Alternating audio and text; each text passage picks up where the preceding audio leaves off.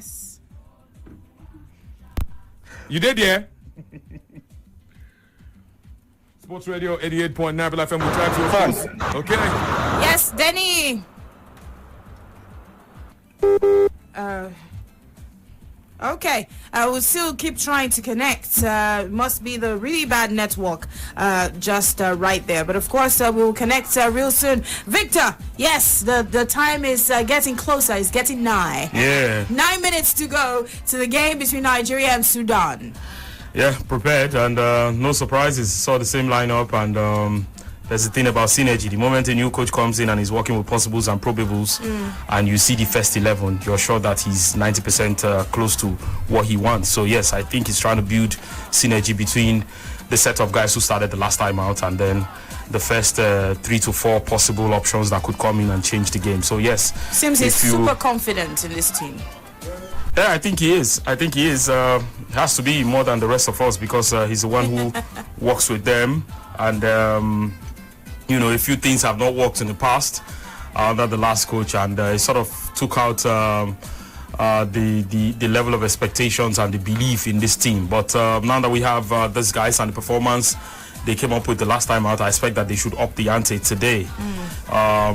Two things actually. It's either the performance will show because of the quality of opponents, or they will have to start building a bit of fear factor, so that if you're able to put 2-3 goals past Sudan today, the other guys will begin to say, okay, it looks like Nigeria are ready for business, and how do we study this guy? So yes, they have to start building that as fast as possible. All right, let's quickly give you the lineup for Sudan. Already you must have gotten that of Nigeria. If not, let me quickly run it by you. Of course, we are using a 4-4-2 formation. In goal for Nigeria is Maduka Okoye.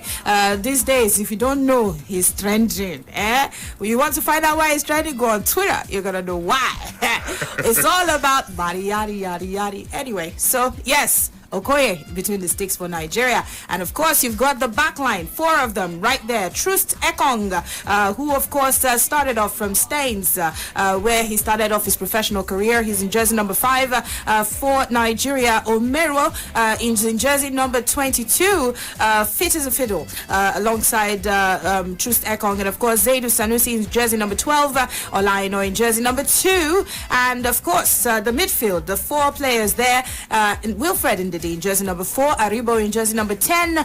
You've got Moses Simon from the flank in jersey number 15, and of course Chukwueze, who all eyes will be on, yes, so that to see if he has improved from the last time out in jersey number 17. And of course up front you've got Awoni alongside Iheanacho. And let's quickly take a look at the starting lineup for Sudan. Yes, the man with the highest number of cap in this team, as far as we are concerned, the person who has better experience than the rest of them right here on the side of Sudan, is the man between the stick, Abu Eshrian. Yes, Eshrian is between the sticks, and he's in jersey number 1. Yes, indeed, he's in jersey number 1. He's got 22 caps to his name. He's 32 years old, and of course he plays for Al Hilal. He's between the sticks. Let's take a look at Mustafa, who is actually the next person who is right there for defend. Mustafa, of course, is in Mustafa is actually in jersey number 12. Okay, Mustafa is in jersey number 12, and of course, just a little bit of background from Mustafa El Fadni, who is 22 years old. He's had only 1 cap. He also plays for Al Hilal. He's only had 1 cap in the colors of Sudan. And taking a look at another defender, yes, his name is Neme, and he's in jersey number 5. Perhaps the second with the most experience, one of the top players with the most experience. Has got 10 caps to his name. He plays for Al Mirek, and of course he is in jersey number 5. Yes, for Sudan. And of course, let's take a look at the next player, who is also in defense. By the way, Sudan are using a 4-2-3-1 formation. Yes, a 4-2-3-1 formation. And of course, in jersey number 6 is Mustafa Kashum, who is 29 years years old. He's had 3 caps for his country. Plays for Al Merrek. And of course, taking a look at the other defender who is right there, you've got Mazin.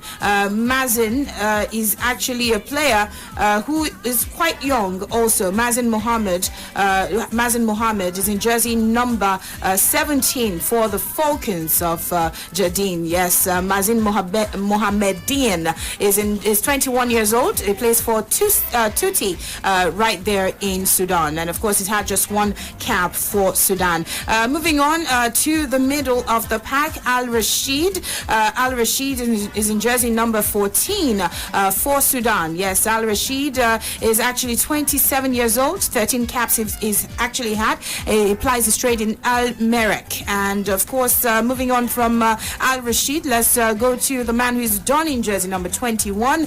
Walaidin is in jersey number 21 for Sudan. Yes, one of the defenders right there, Walaidin Keder, is 26 years old, and he plays for Al Hilal. That is where he plies his trade. And of course, moving on to the guys up top. Yes, Abbas Omer is in jersey number 11, and of course his other name that they call him is Guma Omar Abbas, and of course he's in jersey number 11, 27 years old. This is going to be his 2nd cap as soon as the game gets started. He has only had a cap for Sudan. Yes, and let's go for Hamid, who is in jersey number 15 for Sudan, and of course he has had 6 caps so far. He's 22 years old, Yassine Hamid, and he's the only one who is the foreign-based player. You understand? He plays in Hungary. That is the only exception on this list, and the rest of them play their trade right there in their country. Omer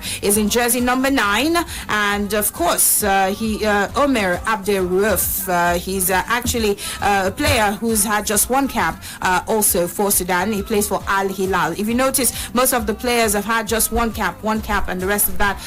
Let's let you know, Isa is the man who is up top and who is the arrowhead, is in jersey number 25 for the team, and of course he's 28 years old, plays it straight for Al Hilal, and of course that's just the list of players for Sudan. And of course, let's quickly also let you in on those who are on the bench, yes, for both countries.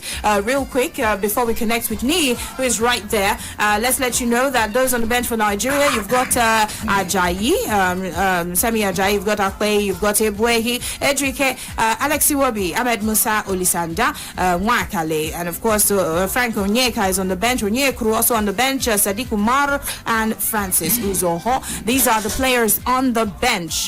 Taking a look too at the players who are on the bench for Sudan, you've got Aldakin Hakim, you've got Hassan Hussein, the 2 Husseins by the way, Ishaq Adam, and of course another goalkeeper, Ismail Ahmed Maki is on the bench, Mustafa, Omar Abdallah and Zakaria. These are the players that are actually on the bench for this encounter. All right, and of course we will be taking a look at how things would go down. Very soon we should connect, yes, we should connect with Niyi Adebanjo, who is right there at the stadium, and of course we'll be keeping us informed with everything that is going down for this game. The good thing again for Nigeria, this is actually a great chance to be able to get maximum point and just take it forward. They're gunning for the 4th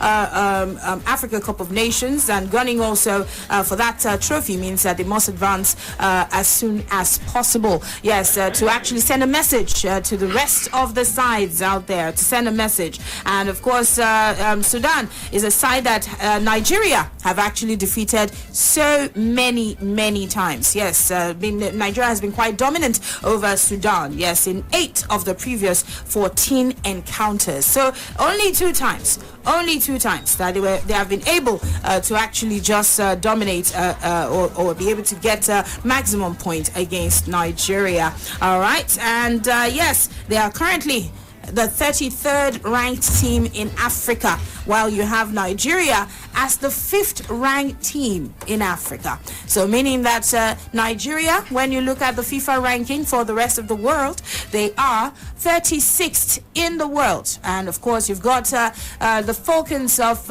Sudan. They are 125th in the world, but of course 33rd in Africa. That's quite far, right? If now report card, you know I go there. Anyway, so yes, our man is going to be giving us some salvo all the way from there, the Garua, Cameroon. We'll still establish the connection very soon. The network has been quite bad. We'll try to reconnect with him soon enough. But of course, let's get to hear from Yinka Oyedele. The coach has kept with his starting 11 from the last time. What does this signify? What does this indicate? Absolutely. If it doesn't break, you don't fix. And that leaves us once again with plenty of optimism as we look forward to the next game against between Nigeria's Nigeria Super Eagles and the Falcons Jedian of Sudan in this particular encounter. An interesting matchup. Let's quickly, also let you know as far as this particular game is concerned, for those who may have indeed been taking a look at something, last time I talked about officiating and what that could of course do for this particular game. We did put to bed the worrisome record we somehow had under Wakari Gassama, and for this particular game, indeed I will let you know that yes, we have one man who is going to be in charge of this particular game. Is a South African, Gomez, the man who would indeed run things for Nigeria in this particular encounter. So let's let you know it is action underway, and I will be giving you a situation report indeed bit by bit of exchange right there at this particular venue, Stade Omnisport Room in Garua, Cameroon. It is action underway, Nigeria against Sudan. Let me let you know a few seconds indeed in this particular game. The Nigerian team indeed were dressed in white shirts and a green short with white stockings. Of course, the green white shirts has got sleeves of green on their arms, and we have the Sudanese dressed in all red attire, red shirt, red shorts, and red stockings in this particular game. So just for those listening to us out there to indeed have an indication of what these two teams look like, the Sudanese are dressed in all red. Yes, of course, indicating, I say danger for this particular encounter, Nigeria in white and green. Last time out it was indeed the leaf vegetable green color we had, but then this time around it's a different shades of green. So Nigeria using the other jersey for this particular one, and just indeed for you to know what this look like as well in this particular one. Let me also let you know, interestingly, Nigeria starting, of course, from where they started off last time out in terms of the position where they'll be scoring in the first half. It was from left to right in the first half, yes, and this time around it's still left to right. Second half would, of course, be just same way it was that day, from right to left, using how things indeed have been broadcasted at that venue as a reference point. So we're actually going towards the same position we went to in the first half of the game. So if you indeed missed out last time out, the same net, the same goal post where we had our first goal, that is where we'll be heading to this time around at this particular game as well. So it is Nigeria 0, Sudan 0. Just 2 minutes of football played right there in this encounter. Nigeria and Sudan, nothing to report in terms of goals. But then let's quickly let you know the opening exchange indeed saw the referee blew his whistle and the game got underway in this particular game. All right. Yes, indeed. One man who's going to definitely have a lot of question mark over his head, given that the team has actually been maintained the same way. Yes, let's get some update on that one. Let me quickly let you know. Yes, I say that goal post is indeed very fruitful, and that same goal post that had Nigeria scored that day, and Nigeria have indeed opened the scoring. It is Nigeria 1, Sudan 0.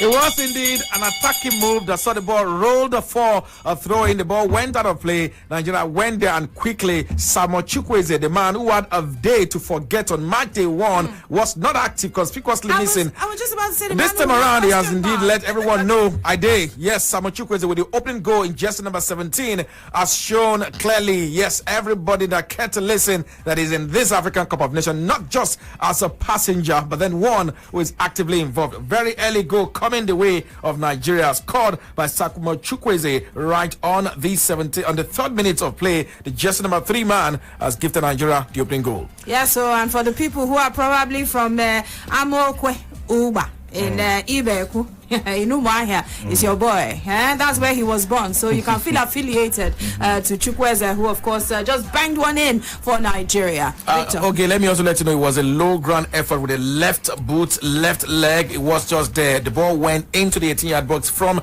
the throw-in. Goal mad Millie. The ball rolled to the part of Samuel Chukwueze, and it was quick. It was calm enough to use with his left leg, put the ball into a low ground effort there towards the right of the goalkeeper, who had no answer to that goal at that point in time, and he rolled in easily in that minute just to indeed earn Nigeria a first goal in this game. So we have 5 minutes of football play. Goal scored on the 3rd minute by Samuel Chukwueze. The difference between Nigeria and Sudan. All right. And this is the quickest goal. This is the fastest goal scored in this competition. We've had 2 goals scored in the 4th minute. This is the 3rd minute goal, and this is the fastest goal scored in the AFCON 2021 in the 33rd edition of the African Cup of Nations. So yes, Nigeria in the lead. Exactly what they would need in a situation of this nature. This will help them to sort of balance now, and probably want to go for more because their opponents, of course, have a game to chase. And yes, it balances out pretty well for Nigeria. Yes, Chukwueze was part of the team in Egypt 2019, and of course he has done a very good job in progressing in his own career. You remember he plays for Villarreal, the Yellow Submarines, but he didn't start just like that. He was with the Villarreal B team until he, of course, moved on to the senior team, where he is doing very well. He also started off from the under-20. Absolutely. And just a few, you've got, interestingly, you've got most of our players who also progressed from lower teams too. He started from the under-20, and right now doing well too. Another man who indeed had a great game on match day 1. He talked about freedom given to him by the coach is Moses Simon. Let me let you know, Moses Simon has been credited with the assist. Yes, he was the one that actually rolled the ball to the part of Samuel Chukwueze. So Moses Simon on match day 1 had a very great game and credited the coach for giving him freedom to express himself. Moses Simon once again has been involved in goal this time around, well, with an assist to that goal scored by Samuel Chukwueze. So you want to say for these guys, really, they've gotten things to a flyer in this particular encounter. 5 minutes, you can actually make it 6 minutes played right there. Yes, in this game between Nigeria and Sudan, it is Nigeria 1, Sudan 0. Samuel Chukwueze with a goal scored on the 3rd minute, a goal scored with the left leg. Yes, a grounder. He was the goalkeeper towards his right, could not stop that ball. Yeah, not so much of a power there, but then good placement of the ball, and that had the goalkeeper caught napping at that point in time. Well, interestingly, let me let you know, yes, the goalkeeper Ali Abdullah Abu Ezrain was the man who could not stop. He plays club football for Al Hilal Omdurman of Sudan. All right, and of course Moses Simon was also there in Egypt 2019, where Nigeria, of course, finished in 3rd place. We only could get the bronze. Yes, he was also part of the team alongside Chukwueze, who he just assisted. Yes, and it's just a couple of minutes in. You heard it already that the goal has shaken the net already in the 3rd minute. It is 6 minutes on the clock. Nigeria 1, Sudan 0. And of course, are they looking sharper than the last time? I guess they might actually be looking a lot more better. But of course, the assist coming in from Moses Simon, and just the way that Chukwueze was able to just respond to the question marks. I was just talking about the question marks when that indeed happened. Yes, it is 7 minutes on the clock right now for the game, and let's get a quick update from Victor. Yeah, quick update. Of course, Nigeria have taken the game to the Sudanese guys, but at the same time, Sudan have also responded pretty well enough, getting into the Nigerian half and forcing us to play probably the way they want to play, or showing a bit of hunger, and that should serve as an early warning for the guys to know that they really need to take this game back to the Sudanese guys. They have not exactly looked sharper than the game against Egypt.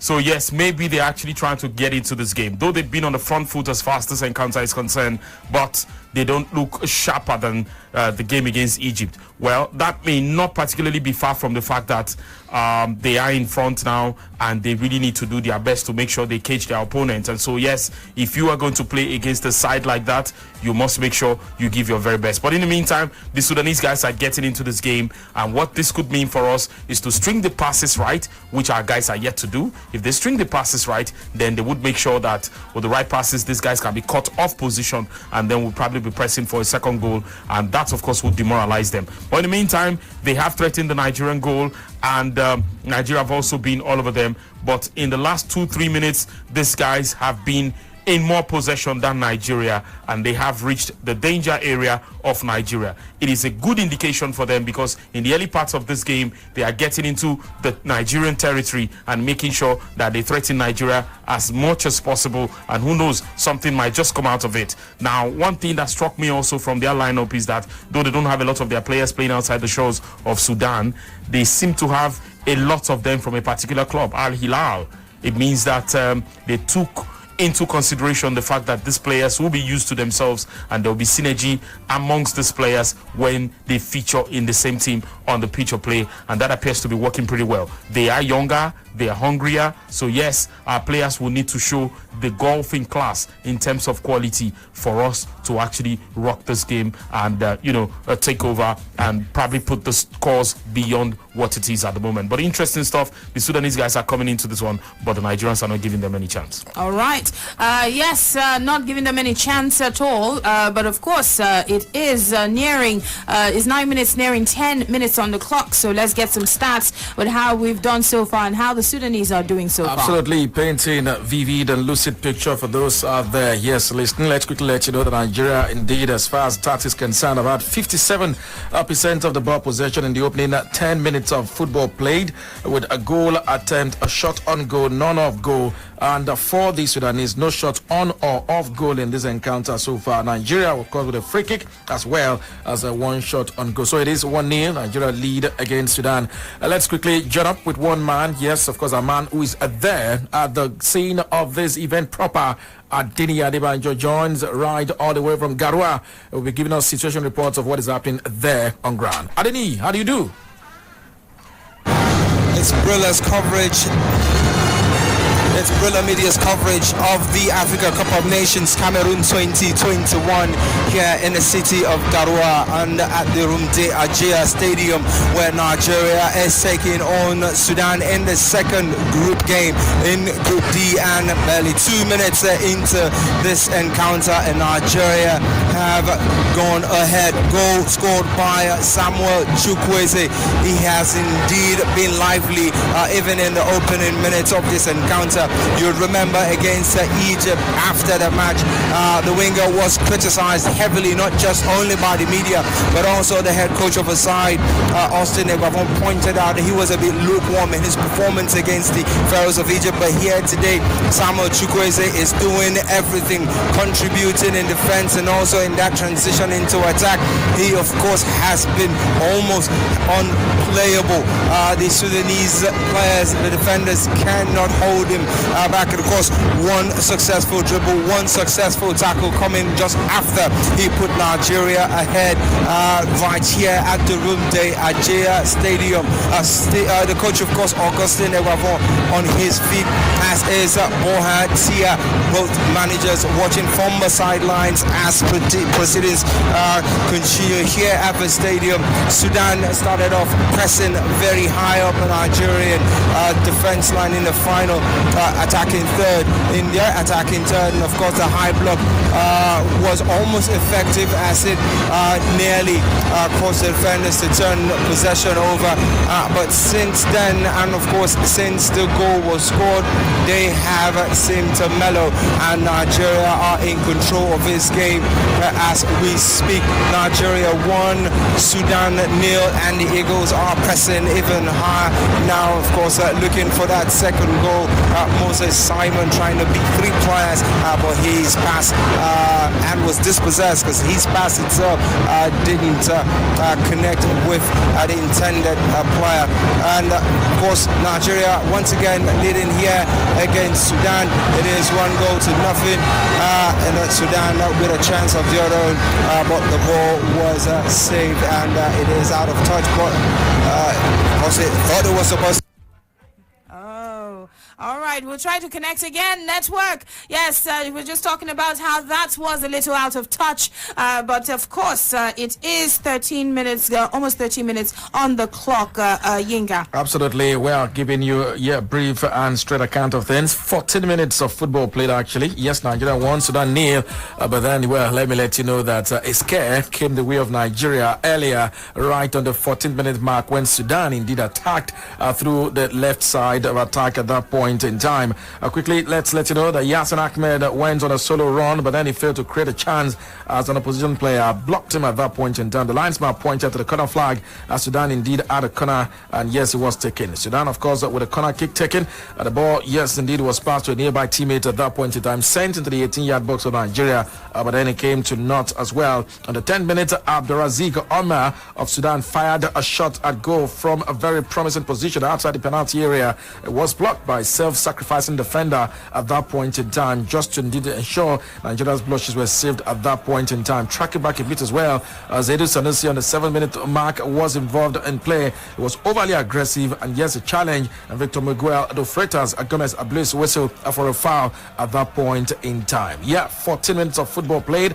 Nigeria won, Sudan nil. But then let me let you know that one man who indeed really, I would tell Nigerians to simply note, who's been the tormentor in chief for Sudan, is Yassin Ahmed, the man who plays club football in Hungary. There, of course, for Hungarian side, he is in the Giaza and the second division in Hungary. That is the tormentor in chief, and that is one man who has really been very tough. The skin of flesh of Nigeria is sporting jersey number 15. Ahmed Yassin is his name, with the jersey number 15 and name inscribed on his jersey Yassin in this particular game. All right, let's quickly get back to connecting with Denny as we find out more about what's happening in Garua, the venue where the game is on.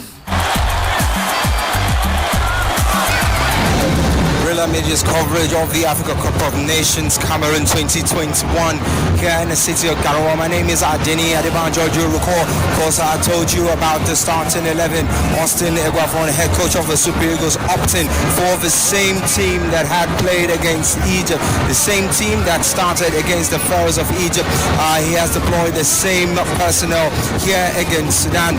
But what's even more interesting is the fact that he has stuck with a certain player who was criticized in a game against Egypt, Samuel Chukwueze.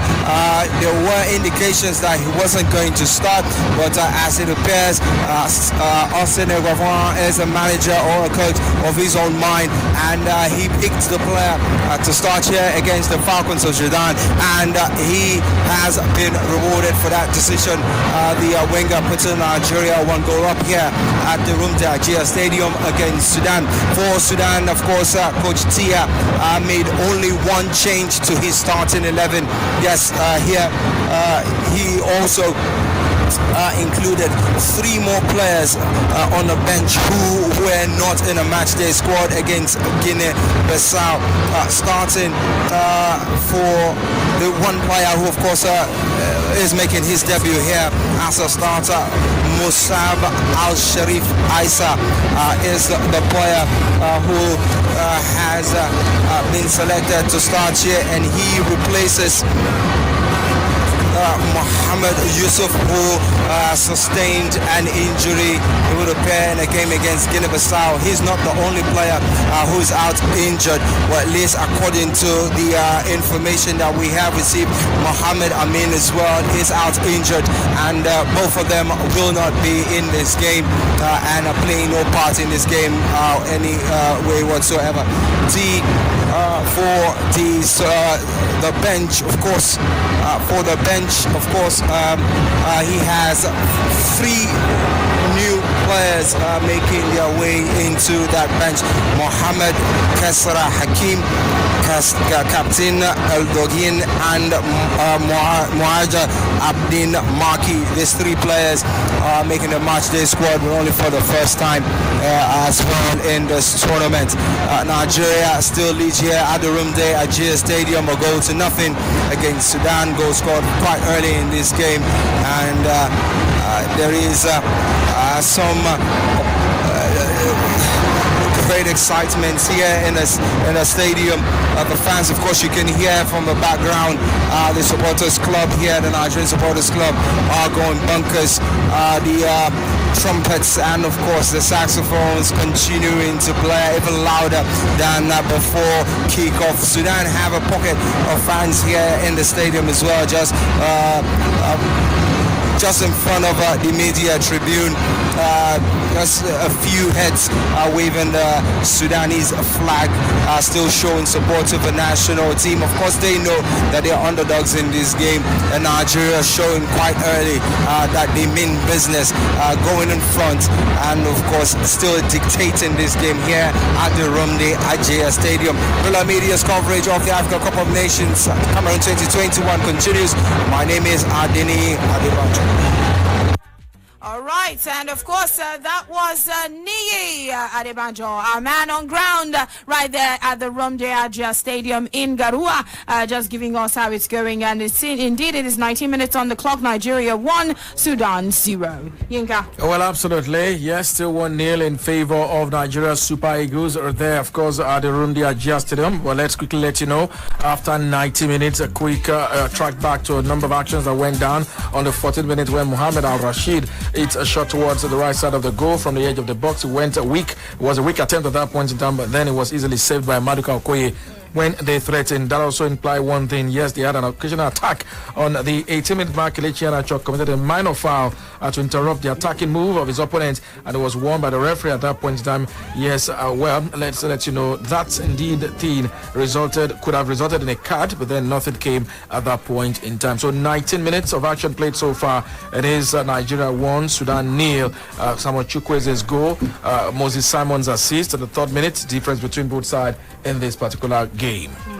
All right, yes, indeed. And of course, it is still 1-0 at the moment. Yes, 19 minutes going on 20 already right there in Garua. And as you do know, it's Nigeria pressing on, just like Man Ni just talked about, pressing on in the game. Yes, let's let you know that, of course, the venue where you have the players currently on is known as the Rumde Ajaya Stadium. That's the Rumde Ajaya Stadium right there in Garua. It is the home ground where you have Cotton Sports actually playing, and that's why you remember the prep game that the Super Eagles actually played was against Cotton Sports Football Club of Cameroon. And of course, let's quickly also let you know, just like Yinka had rightly talked about, just a little foul that actually occurred not too long ago, that interrupted the attacking move of his opponent. Talking about Kelechi, who committed a minor foul to interrupt a little right there. And we'll still get some more updates about the game, some stats since we are on the 21st minute from Victor Ohani in just a bit. In case you're just tuning in, we had an early goal in the 3rd minute, and of course it was scored by Samuel Chukwueze and assisted by Moses Simon. Yes, let's get a bit of stats from Victor. All right, still the action continues as far as this encounter is concerned. It's the African Cup of Nations, and Nigeria, of course, actively in this one. Now, let's let you know that Nigeria's had more of the possession, 55% to 45, and looks like 45 is letting them have too much. One shot on target. They have had 3 shots, but one has been on target for them out of 3. Nigeria's had one on target. Corner kicks, Sudan have had 1. Nigeria's had none at all, and for the fouls, 1 apiece. And that's the latest, of course, as far as the stats are concerned. Well, Wilfred Ndidi, of course, has hit the woodwork with a header from a center, from the center of the box, and he wins a free kick actually in the attacking half, and also had a header off the woodwork. So it looks like we're also getting in those positions where we can cause them problems, and because of possibly the fact that the Sudanese side are a very young set of players. They are full of running. They get into a lot of the positions, and I think a bit of the caution we saw the last time out against Egypt is lacking. Today we have Zaidu Sanusi who's joining the attack, and that could be good, but it leaves us a bit too porous at the back, because he used to be the third defender when we attacked the last time out, and then he joins Kenneth Omeru and the other guys, and Olaino was the only man who was joining the attack on the other side of the flank from the right hand side. But this time around, Zaidu gets to join, and on two of those occasions, Kenneth Omeru had to track back as fast as possible to snuff out the danger. I don't think we should leave ourselves exposed to situations of that nature. If it was a one-off, we cannot clearly know at this point in time. But I expect that the coach has seen that, and he should respond to that as fast as possible, so that we're able to, snuff out the danger before it becomes something really dangerous. I know that Maduka Okoye has also had to pull some fantastic save, and plucking one out of the air, and then going down and to the applause of a lot of the fans, and early performances in terms of what he is showing, and what a lot of Nigerians who want to applaud. But I think really we have not exactly made it difficult for the opponents to get in our own area. And that, of course, is proving to be a bit of a situation right here.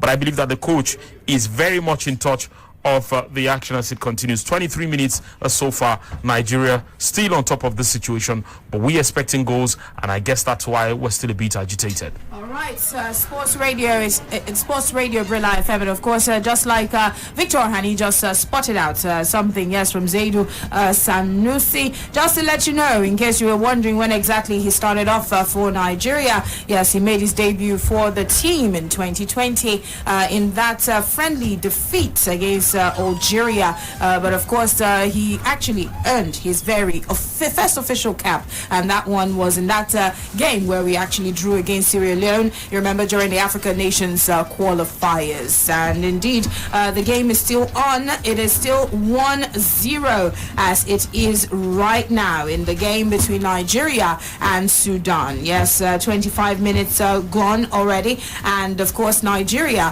1, Sudan 0. Yes, we'll get some more very soon. We'll get to Cameroon in just a bit. Yes, so we can get some more updates from right there in Garoua. But of course, let's get a little bit of more updates from Yinka. Absolutely. Yeah, thank you very much, Oge, for that particular one, giving you some updates and some starts. Let's continue to paint more pictures. Nigeria, after 25 minutes, have 56% of the ball possession, 44 to Sudan. Interestingly, Sudan has had 3 shots, a goal attempt in total, when Nigeria has recorded just 2 shots, 1 on goal, 1 off goal for Sudan, 1 on goal, 2 off goal. That is what they recorded or registered in the course of this particular game. Block shot 1 for Sudan, none for Nigeria. Nigeria have had 3 free kicks, and Sudan have had 1 as well. Corner kick, 1 to Sudan, none to Sudan. Oge has got some updates for us as well. Yes, we're linking up with Nee, who's got more updates. Of the Africa Cup. Brila Media's coverage of the Africa Cup of Nations 2021 here in the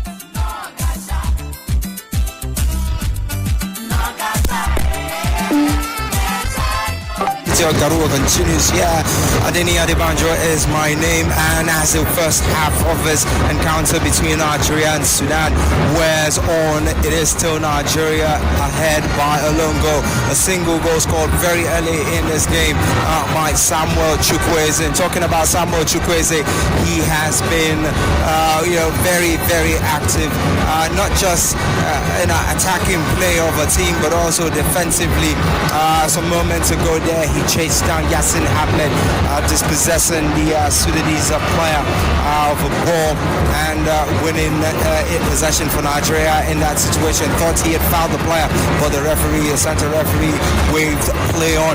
Nigeria, of course, dictating play, but the liveliness of the very first minutes of this game seemed to have died down a bit, except also for some moments of flashes of dribbling brilliance by Moses Simon. The two teams have been unable to keep possession quite for a long period of time. Nigeria, of course, still leading nonetheless by a single goal. Sudan, of course, with the first corner kick of this game. And for some moment there we saw Coach Austin Egavon passing out instructions to Kelechi Iheanacho, a dummy move that allowed a throw-in from Olaino, reach Taiwanese, but the striker couldn't do much with the ball. He was dispossessed. The coach, of course, still having a word here with his players. You would assume, of course, that with a goal up, he, of course, will be given instructions to perhaps get more goals, maybe. But there have been conversations here, and the way it looks, Trus Ekong, who spoke with the coach a few seconds ago, received the instruction that he has passed on to Wilfred Ndidi, as well as Joe Aribo. Iheanacho also receiving instructions from the coach himself, lying on the sidelines here, helping himself to a bottle of water. Nigeria with a throw-in here at the Ajia Stadium. It is just over 19 minutes of action at the Rumde Ajia Stadium. Nigeria still lead by a lone goal, courtesy of Samuel Chukwueze. A fine finish from inside the box. He beat Ali Eshren to the right bottom corner of his goal post to send Nigerian fans into some sort of excitement here inside the stadium. You can hear all of that noise. The fans, of course, have not for once quieted down, and they continue to cheer on the team as Nigeria build on attacking wise, hoping to not just consolidate but advance the advantage here, taking it maybe by another goal. Of course, they are looking for that second goal. Unfortunately, it has not come from that move from Samuel Chukwueze, who once again, I must admit, has been quite active down this right flank for the Super Eagles. Okay. All right. We'll try to connect with him in just a bit. The network and issues, but no problem. Thank you very much, Niyi. Yes, thank you very much.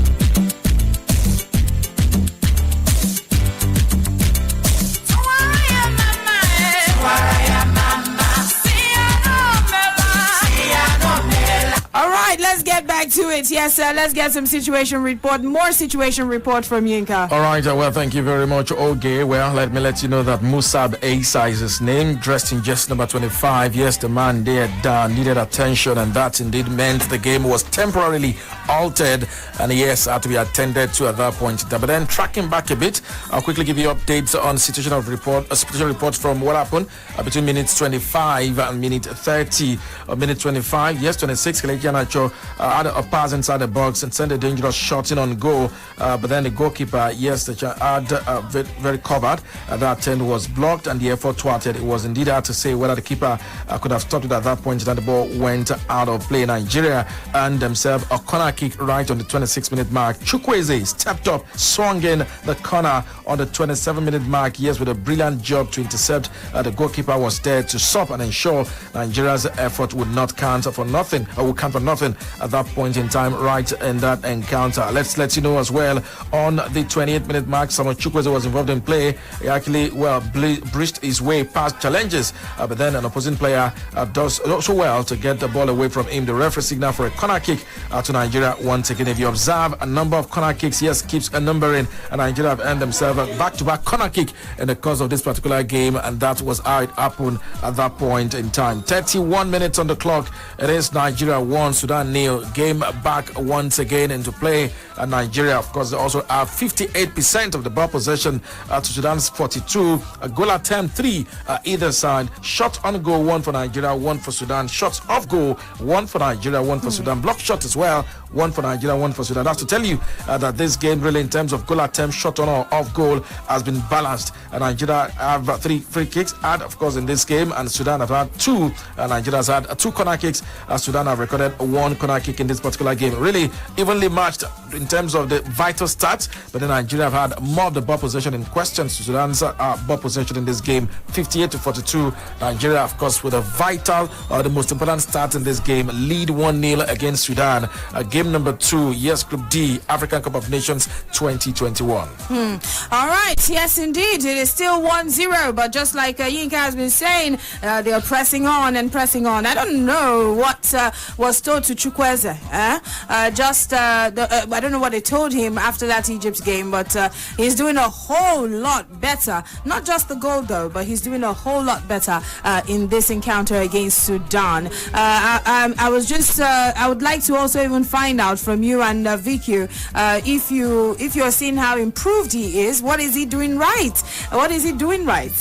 Well, for the man, certainly has stepped up. He must have been, communicated to by the coach. Yeah, like I did say, match day 1, he was conspicuously missing despite being present on the field of play. But then match day 2, for Nigeria, has been very, very influential. Has run backwards very well, tracking in front as well, and has been involved in play. Covered out the blade of grass towards the flank, front and back for Nigeria.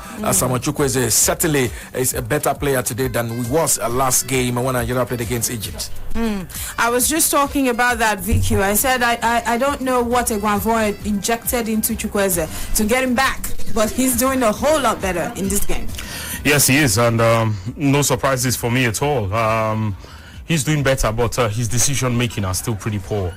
On 2 occasions, he's actually fluffed his lines. When Olaino ran behind him, I was expecting a reverse pass for him to lead the line. He was unable to do that correctly. And then at another point, he ran into, a sea of legs that were waiting for him. And you probably wouldn't expect that that was going to be the decision. You probably want to get by those guys or just make a pass and then they would free themselves and then you run into a position where you can receive the ball. But let's hope that he's able to get himself back into this game. He has actually scored, but that's not all he should do. There are so many things he can actually do. He can create, he can assist, he can, be a problem for the other guys and trouble them and get to dribble past them and, cause them a lot of problems while his teammates would run into the danger zones and then he tries to create for them. So I've not particularly seen that. Also, I do not want to say this too early, but it looks like the urgency we showed the last time is also not there. So it doesn't become a case of if you take that out of our game, then there is a lack of identity in terms of how we want to play. Because if you have a style of play and you have an identity that you're trying to introduce and you're on the front foot, you're trying to make the opponents uncomfortable, it is a game against a side like Sudan that you probably should bring that to life and let the guys make their mistakes and get things right. But we can't be fluffing our lines against guys like Sudan. We have to get it right. If the quality of the opponents we met the last time in Egypt was not part of why we should have done well, then because we're playing against Sudan means that we should have done well. So yes, we're creating chances the last time and we're not converting them. Okay, so yes, it's not a good one. We're creating and we're not converting.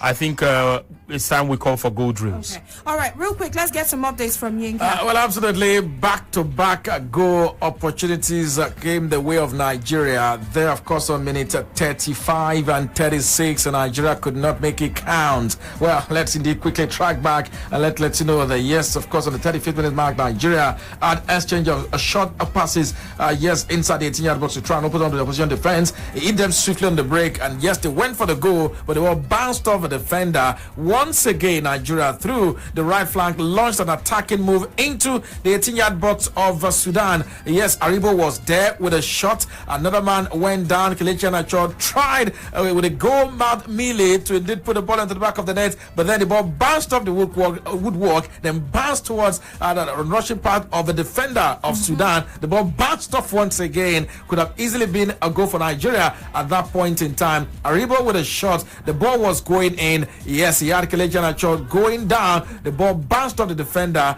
and yes, there are two defenders of Sudan there to prevent that ball from going into the back of the net. It was indeed a goal rush there, back to back for Nigeria on minute 35 and minute 36, but then nothing came out at that point in time. Still 1-0, could easily have been a goal. Nigeria leading by cushion already in this particular encounter, but then it came to naught, and Nigeria still lead by the solitary strike by Samuel Chukwueze. This easily should have been 3-0 up in favor of Nigeria, but then it's still 1-0. Nigeria lead against Sudan in this particular game after 37 minutes in this game. The last time out, I remember when we had the game against Egypt, and you said it's time to start talking to each other. With the way they're fluffing their lines and this great opportunity that came in, okay. on a bounce. Awani was the man who actually hit the woodwork. Went down so close to scoring, but then did everything to score, but then the ball would just not go into the back of the net. What a time, what a chance that was for Nigeria. Trust was somewhere in the mix also. And it was just tough to get, it was a case of just tough to get the right hit on the ball here. HIT, it was just not there for Nigeria. Not at all, not at all. Okay, yes, it is still 1-0, only one goal to show for it for Nigeria in this encounter. Yes, Nigeria 1 and Sudan 0. So 38 minutes, nearing the last few sets of minutes in this encounter right now. But of course, just like it's been well described, all of the players were trying their very best to get that into the nets, but perhaps they can try again and this time be more precise and understand each other to be able to hit home. All right, so that's it right there. And of course, I was just talking about William Troost Ekong, who also had to leave the back and come forward to see how he could help the team to make sure that goal number 2, or what was supposed to be goal number 2, was to be scored, but it wasn't to be, and it did not happen. Let's let you know that William Troost Ekong, in case you have any of your siblings or you have anyone or your girlfriend's name is Emily, let's let you know that William Troost Ekong's sister, her name is also Emily. In fact, the siblings that he's got, Emily and Everest, in case you just have anyone. His son is Oscar. Shankes, and Oscar, exactly. So, these are some of the beautiful names that this Dutch Nigerian actually has around him. Anyway, so let's get some more updates. Like you do know, we're getting very close to the half-hour mark. That's the half-time mark in this encounter between Nigeria and Sudan. And as it is, Nigeria would fancy doubling this goal. For Sudan on the other side, they will fancy also equalizing. But a lot needs to be done. In the next 5 minutes or thereabouts, the game will be nearing its end. Let's get some more updates with what is happening so far. All right, 40 minutes on the clock. It is still Nigeria 1-0 up against Sudan, and Samuel Chukwueze's goal the difference. But then let's take a look at some individual stats for this particular game so far. Yes, as we continue to paint more pictures. Well, let me let you know, beyond the goal, Samuel Chukwueze has had a shot on goal and shot off target as well in this particular encounter to indeed underscore what he has done attacking wise in this particular encounter. Kelechi Iheanacho yet to get in an attempt on goal in this game, but then Tawa Wuni on the other hand had a ball that actually hits the woodwork. A long pass into the box was latched onto by Tawa Wuni on the 36-minute mark. He looked up and slammed a terrific shot past the goalkeeper onto the right post. He did everything, yes, but then score a goal was not just coming at that point in time. Well, let's also let you know that yes, Nigeria certainly at this point you can simply say would need some divine intervention because Tawa Wuni was involved in play once again in attack. This time around, yes, it came on the 40th minute mark. It was an attack from the left side of attack. Tawa Wuni with a ball into the 18-yard box. The ball was to a Nigerian and Russian attacker, but then Sudan dealt with that so well, intercepted and ensured that ball did not meet the man who the ball was intended for. The ball went out of play at that point in time. It was Joe Aribo who indeed sent in that ball into the 18-yard 16-yard box. It was intercepted and the ball went out of play. Could not get his foot right. The ball rolled out for a goal kick at that point in time, for a shot in that encounter as well. Still taking you through a couple of individual stats in this game. Joe Aribo, like I said, was the man who had that attempt at that point in time. Nigeria, of course, through William Truth Ekong, had a foul against. He actually committed a foul, and he also had a shot that was blocked. It was off target at that point in time. So Nigeria won, Sudan nil. 42 minutes of football played. A golden chance, like I did say, went the way of Joe Aribo. He met a cross in the box and found some space for a shot, but then he produced an inaccurate effort that went wide of the right post at that point in time. Nigeria, with all of the attacking move, but then yes, does that goal scored early in the game, the difference between both sides. All right, yes, and they just couldn't let him get to that ball, just like Yinka said. Joe Aribo, who of course seems to be the toast now, a lot of the links to the Premier League, and well, it remains to be seen if he's going to leave Rangers and go right there to the Premier League, because he's the toast of some of the teams right there. Even his former coach would love to have him join up his side in the Premier League. Anyway, it is still 1-0, and that's the way it is. You know, we are getting very close, very close to the halftime as it is. But of course, Sudan are doing everything to see how they can just hold on. Yeah, but it's a good thing for Nigeria. If you're not creating chances, you won't have anything to score. And it is actually good that we're creating chances. It's only a matter of time before we get the goals in. I think in the second 45, there will be more goals. This is the AFCON. A lot of things will actually happen the way they've happened so far. But I think when a few changes will be made, probably when Ejuke comes on, we would see a bit of some attacking impetus that would make us cause the opposition a lot of problems as far as this one is concerned. To be honest with you, I think I'm pretty comfortable with the way they've gone about the first half. If you don't create chances, you won't score. I would have been pretty bothered if we were not creating chances. But we are creating chances, especially from the flanks. And, you know, we appear to be breaking a lot of play today as well. And, you know, nipping the attack in the board and making sure that we turn attack into defense as fast as possible. But the amount of urgency from the last time out appears to have dropped. Yeah. We should work on the urgency of players not dwelling too much on the ball, moving it to the next player who's free, creating an opportunity for a man to run in, and don't dwell too much on the dribbles, so you don't become predictable. Yes, you know, the dribbles would even create, especially with the two guys on the flanks, Moses Simon and Samuel Chukwueze. I'm not too comfortable with the dribbles, and then if that happens too often, you have like 2-3 players closing you down. They can win the ball. Are the dribbles coming in now because there's a drop in urgency? We Yeah, saw less yeah. of the dribbles when they were more urgent against Egypt. Yeah, I think that was the instruction. The coach should, when these things don't work out originally, then you resort to status quo and then add a few of the information that could make us do well. But yes, we are in front. We've extended the lead. It is 2-1. Nigeria have made it count where it mattered the most. We are creating chances, and we have just made one of those chances count. Right. And this is what it is right here. Okay. And it's Sports Radio, Brila FM. Yes, indeed. 3 minutes added. 3 minutes added time. Yeah, 3 minutes added time. And of course, like we've been saying, the game would soon come to a halftime break. And of course, you want to give us a bit of update right there. Well, Nigeria, of course, had a ball in the back of the net already at this point.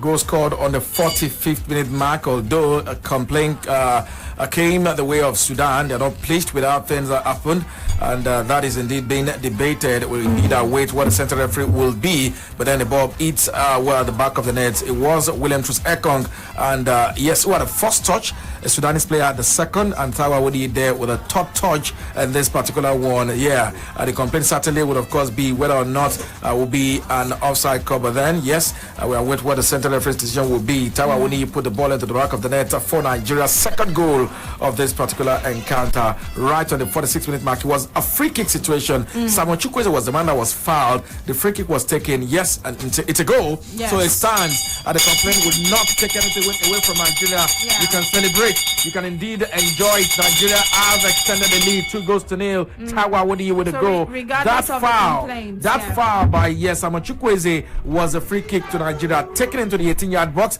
William Troost-Ekong was there fastest, yes, enough to head the ball. He hit the head of a Sudanese defender, and there, yes, Tawa Wodi was there to poke the ball into the back of the net. The ball beats the goalkeeper for Nigeria's second, and Awodi's first of the tournament. Yeah, so we talked about Troost-Ekong earlier.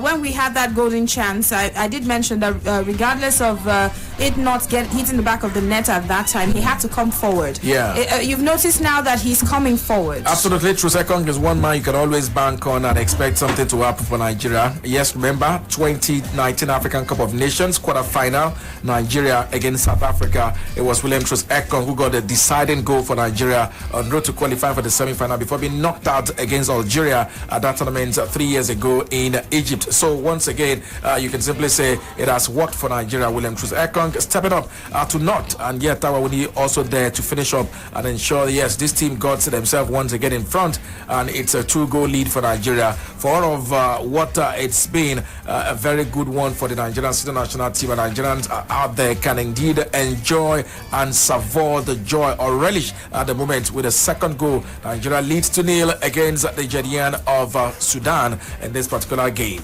All right.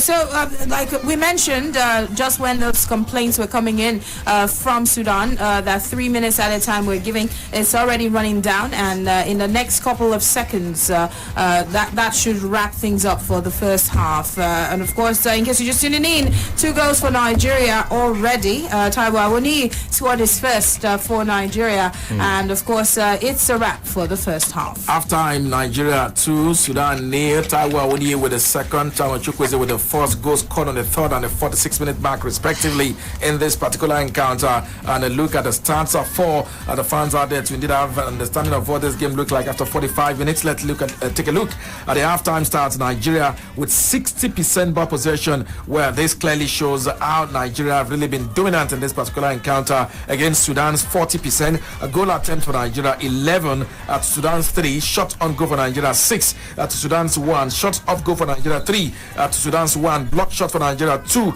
to Sudan's 1, free kicks for Nigeria 6 to Sudan's 2, corner kicks for Nigeria 2 to Sudan's 1. So Nigeria boxed ball possession, goal attempt, shot on goal, shot off goal, block shot, corner kick in this particular game. Nigeria boxed the throw-ins as well. Nigeria brought the completed passes, the total passes, the attacks as well as the dangerous attack. It's been a one-way traffic. Nigeria leads 2-0 against Sudan in this particular encounter. You can simply say it's been a magnificent first 45 minutes for Nigeria. Hopefully, yes, they make this happen. Hold on to this and get the qualification sorted as early as game day number 2 at the African Cup of Nations in this tournament. So, well, halftime, Nigeria leads 2-0 against Sudan. Okay.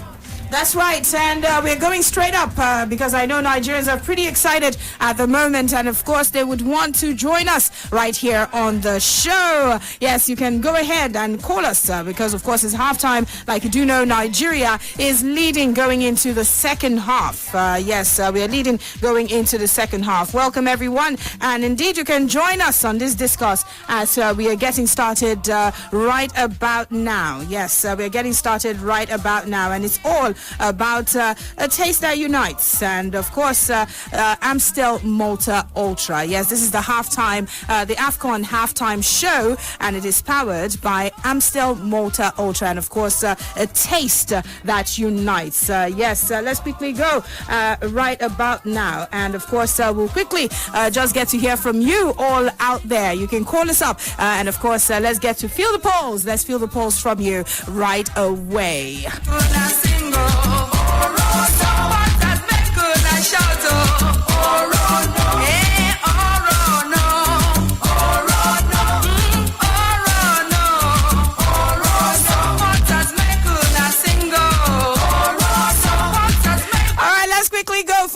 Yes, I I know you're itching to say something. Feel free to do so.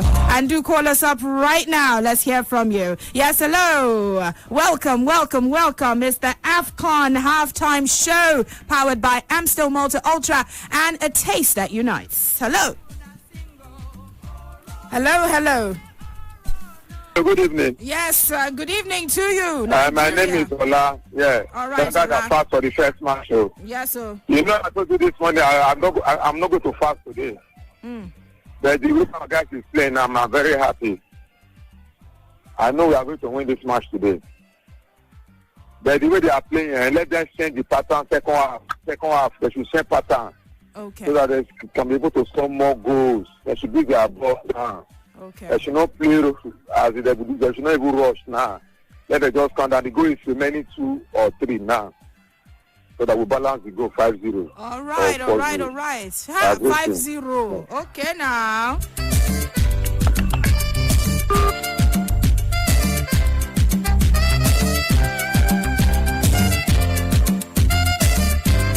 All right, let's quickly get some more. Welcome, everyone, if you're just tuning in. We are filling the balls from you. Yeah, I don't know where you've been, but Nigeria is leading thanks to the goals that came right in from Chukwueze in the 3rd minute. Yes, Samuel Chukwueze scored that first one, and the second one came right in thanks to Awoniyi, who, of course, scored before we went for the half-hour mark. Yes, so 2-0 it is, Nigeria leading. Let's hear from you. Hello.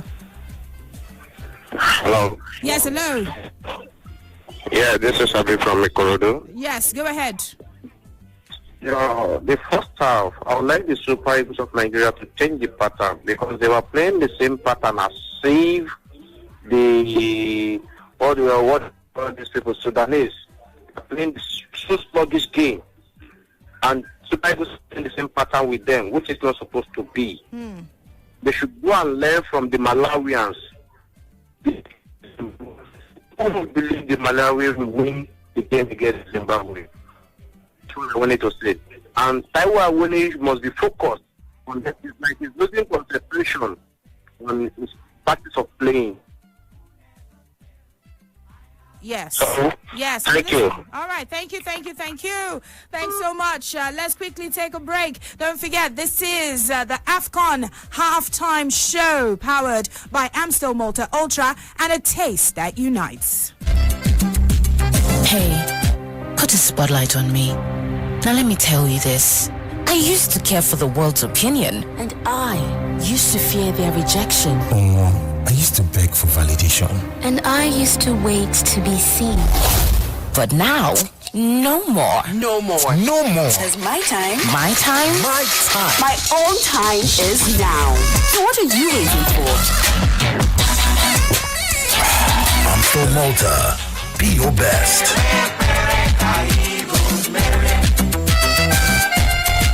All right back at you. Yes, the AFCON halftime show. Ooh, I'm sure Nigerians all across the world are rejoicing right now. But of course, let's quickly get some word from Amstel Malta Ultra. Hello, soccer fans. The 2021 African Cup of Nations is already in full swing, and matches have been coming hard and fast, with the Super Eagles of Nigeria taking the first 2 half goals. Yes, first half 2 goals, winning 2-0 against Sudan after goals from Samuel Chukwueze and Taiwo Awoniyi. Nigerians, yes, the Nigerians now look like the team to watch out for in the 2021 African Cup of Nations. Now, the Sudanese have everything to do to stop the Nigerian Super Eagles in this encounter. So tell me, how are you enjoying the match? Are you at home, alone, or at a viewing center? What if I tell you that you can watch the finals live in Cameroon by playing a simple game here on radio? I know that you would love that. So make sure you keep your eyes and ears open for when the Ultimate Predictor contest will kick off. You can stand a chance to win an all-expense-paid trip to watch the 2021 AFCON final at the Olembe Stadium in Yaoundé, Cameroon, courtesy of the Taste That Unites. Let us know your predictions for the match and stand a chance of winning a jersey from a Taste That Unites, the official sponsor of the Super Eagles of Nigeria. You already know how many yellow cards will be given in this game. What will be the full-time scoreline? Giveaways will be based on the correct 3 fastest fingers So if I were you, I'll be clicking away. Now, don't forget to show some love to the Super Eagles of Nigeria with the hashtag Super Eagle Super Together and hashtag Let's Go Niger on social media, so they prep up for the next game. And as they take on Sudan, of course, they have the next game coming up in the African Cup of Nations. Never stop cheering the Super Eagles of Nigeria, because we are super together. So you want to repeat that hashtag? So that just goes straight. Yes, it goes again. Super together. Hashtag super together and hashtag Let's Go Niger. That's it. That's the way to go. And let's get some more reactions from you. Yes, you can call us. Let's get to feel the pulse and find out how you're feeling. And this is the AFCON halftime show powered by Amstel Malta Ultra and a taste that unites. Let's go. Hello. Yes, do the right thing so we can hear you clearly, okay? I know you're excited and you have a lot to say about how Nigeria is doing, or maybe you just want to spot out some of the things that we need to adjust. But please do remember that we want to hear you loud and clear, so be careful not to also have the audio from your end clash with ours. Hello? Hello, good evening. Yes, welcome. Okay, Victor. Thank God Nigeria is leading. But Nigerian boys, the way they are playing, I'm not encouraged at all. So what do you want to happen in the second half? They have to play good football. They have to cool down. But what they are playing like children. They are not playing football at all. What they are playing, they are not playing ball. I'm not encouraged, but they are leading. That's what we want. We thank God for that. But they have to change their tactics. All right. So what would you want Iguavoin to do in the second half? All right, then. Thank you very much. He says, well, in that, the team would need to improve in the way they play, regardless of them leading at the moment. He's not too comfortable with how they are playing. They need to improve in the way they're performing. All right, number for you to call, 07 000 889. This is the AFCON, yes, halftime show powered by Amstel Malta Ultra and a taste that unites. Hi. Hello. How do you do? Hello, this is Usman from Alagumeji. All right, Usman. Yeah. Nigeria plays so well. I'm amazing with the match. Forget the pattern. All I want is the winning. All you want is the maximum points, huh? Just the 3 points. Go for it. Nigeria should bring the AFCON home. All right. I'm happy for the result half time. All right, that's all that matters. Okay, thank you very much. Thank you. Hello. Hello, yeah, good evening. Is that okay? Yes, this is Oge right here on the AFCON halftime show. Mama, money here. Namio. Well done. Up Nigeria, up Super Eagles. This is Gordon on the line. All right, please go ahead. Gordon on the line. Yeah. You see, we are playing a Sudanese team that, as you rightly said, Scott rightly said that bunch of them are from one club in Sudan, that's El Hilal. You see, changing tactics, I'm not in support of that. They should continue with these tactics. Otherwise, if you slow down the tempo, we might get punished. Or they should continue. Since our team is youth, they are youth. Most of our players are almost the same age with them. So why are we changing tactics? They should continue firing. If they don't fire now, you will say Super Eagles are playing like pregnant women.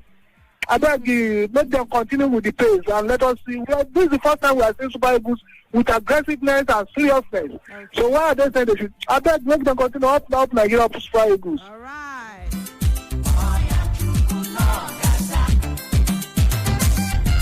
Okay. He says, please don't criticize the team, because the way they are doing now, you will just say, by the time they change things, you will say they are playing like big boys. And they are playing like big boys. Just leave them like this. They are getting the result. After all, they are 2 goals up. Hello. Hello. Good evening. My name is Christopher calling from Lilimpong. Welcome. Location not needed. This is the halftime, the AFCON halftime show powered by Amstel Malta Ultra and a taste that unites. You're welcome. Yeah. To me, just like the last caller said, I support winning. I forget about the pattern. The pattern is okay because if you meet somebody, so it doesn't matter the pattern we are using as long as the 3 points in the bag. 3 points. If they are not winning, we'll be complaining. Now we are winning. I beg. That's what I support. Winning. Okay. Okay, thank you very much. Nothing do you. Hello. Welcome. All right, do call us back. Number for you to call 07 000 889. Yes, hello. Hello. Welcome. This is AFCON halftime show powered by Amstel Malta Ultra. And it says that Unite. What's your name? Okay, I guess you don't want to say anything, right? Do call us back then. If you're just going to call and breathe into our ears, please say something. Nigeria is leading, for heaven's sake. We're leading into the second half. Hello. Hello. Hello. Yes. Hello. Welcome. Okay. All right. Nice to speak with you. Thank you for joining us. Please let them play. Let them play. What do you want them to play? Oh, sorry about that. Your network is really bad, and I think you should try to call us back, please. Thank you. Hello. Good evening. How are you doing? Very well. Very well. Yeah, my name is Steven. Okay. Sorry about that, Stephen. Do reach us again. Do reach us again. And remember that, we would like to hear you clearly. So it's important, whatever platform you're listening from, the Brila app, Facebook, or even Twitter now. And you try to turn down the audio from your end so that we can hear each other properly. Hello. Yes, welcome. Hello. Hello. Are you there? Hello? Yes, welcome. I can hear you. Yeah, my name is Steven. I'm calling back again. Okay, let's go. Really, I don't see reason why people are complaining about the pattern they're playing. I think what we need most is the 3 points, which we do. So please let us stop critiquing them. They are not playing one pattern on the other. Other people that are winning, other countries that are winning, smaller countries that are winning big things. Do they have any pattern? Let us leave criticizing and let us focus on the match we have at time. Everything is step by step. Okay. We are moving step by step. So thank you very much. All right then. Thank you very much. Thank you. Yes, it's been the halftime show. Yes, the AFCON halftime show powered by Amstel Malta Ultra and a taste that unites. Let's get a word from the sponsors and then we'll wrap up. Hey, put a spotlight on me. Now let me tell you this. I used to care for the world's opinion, and I used to fear their rejection. I used to beg for validation. And I used to wait to be seen.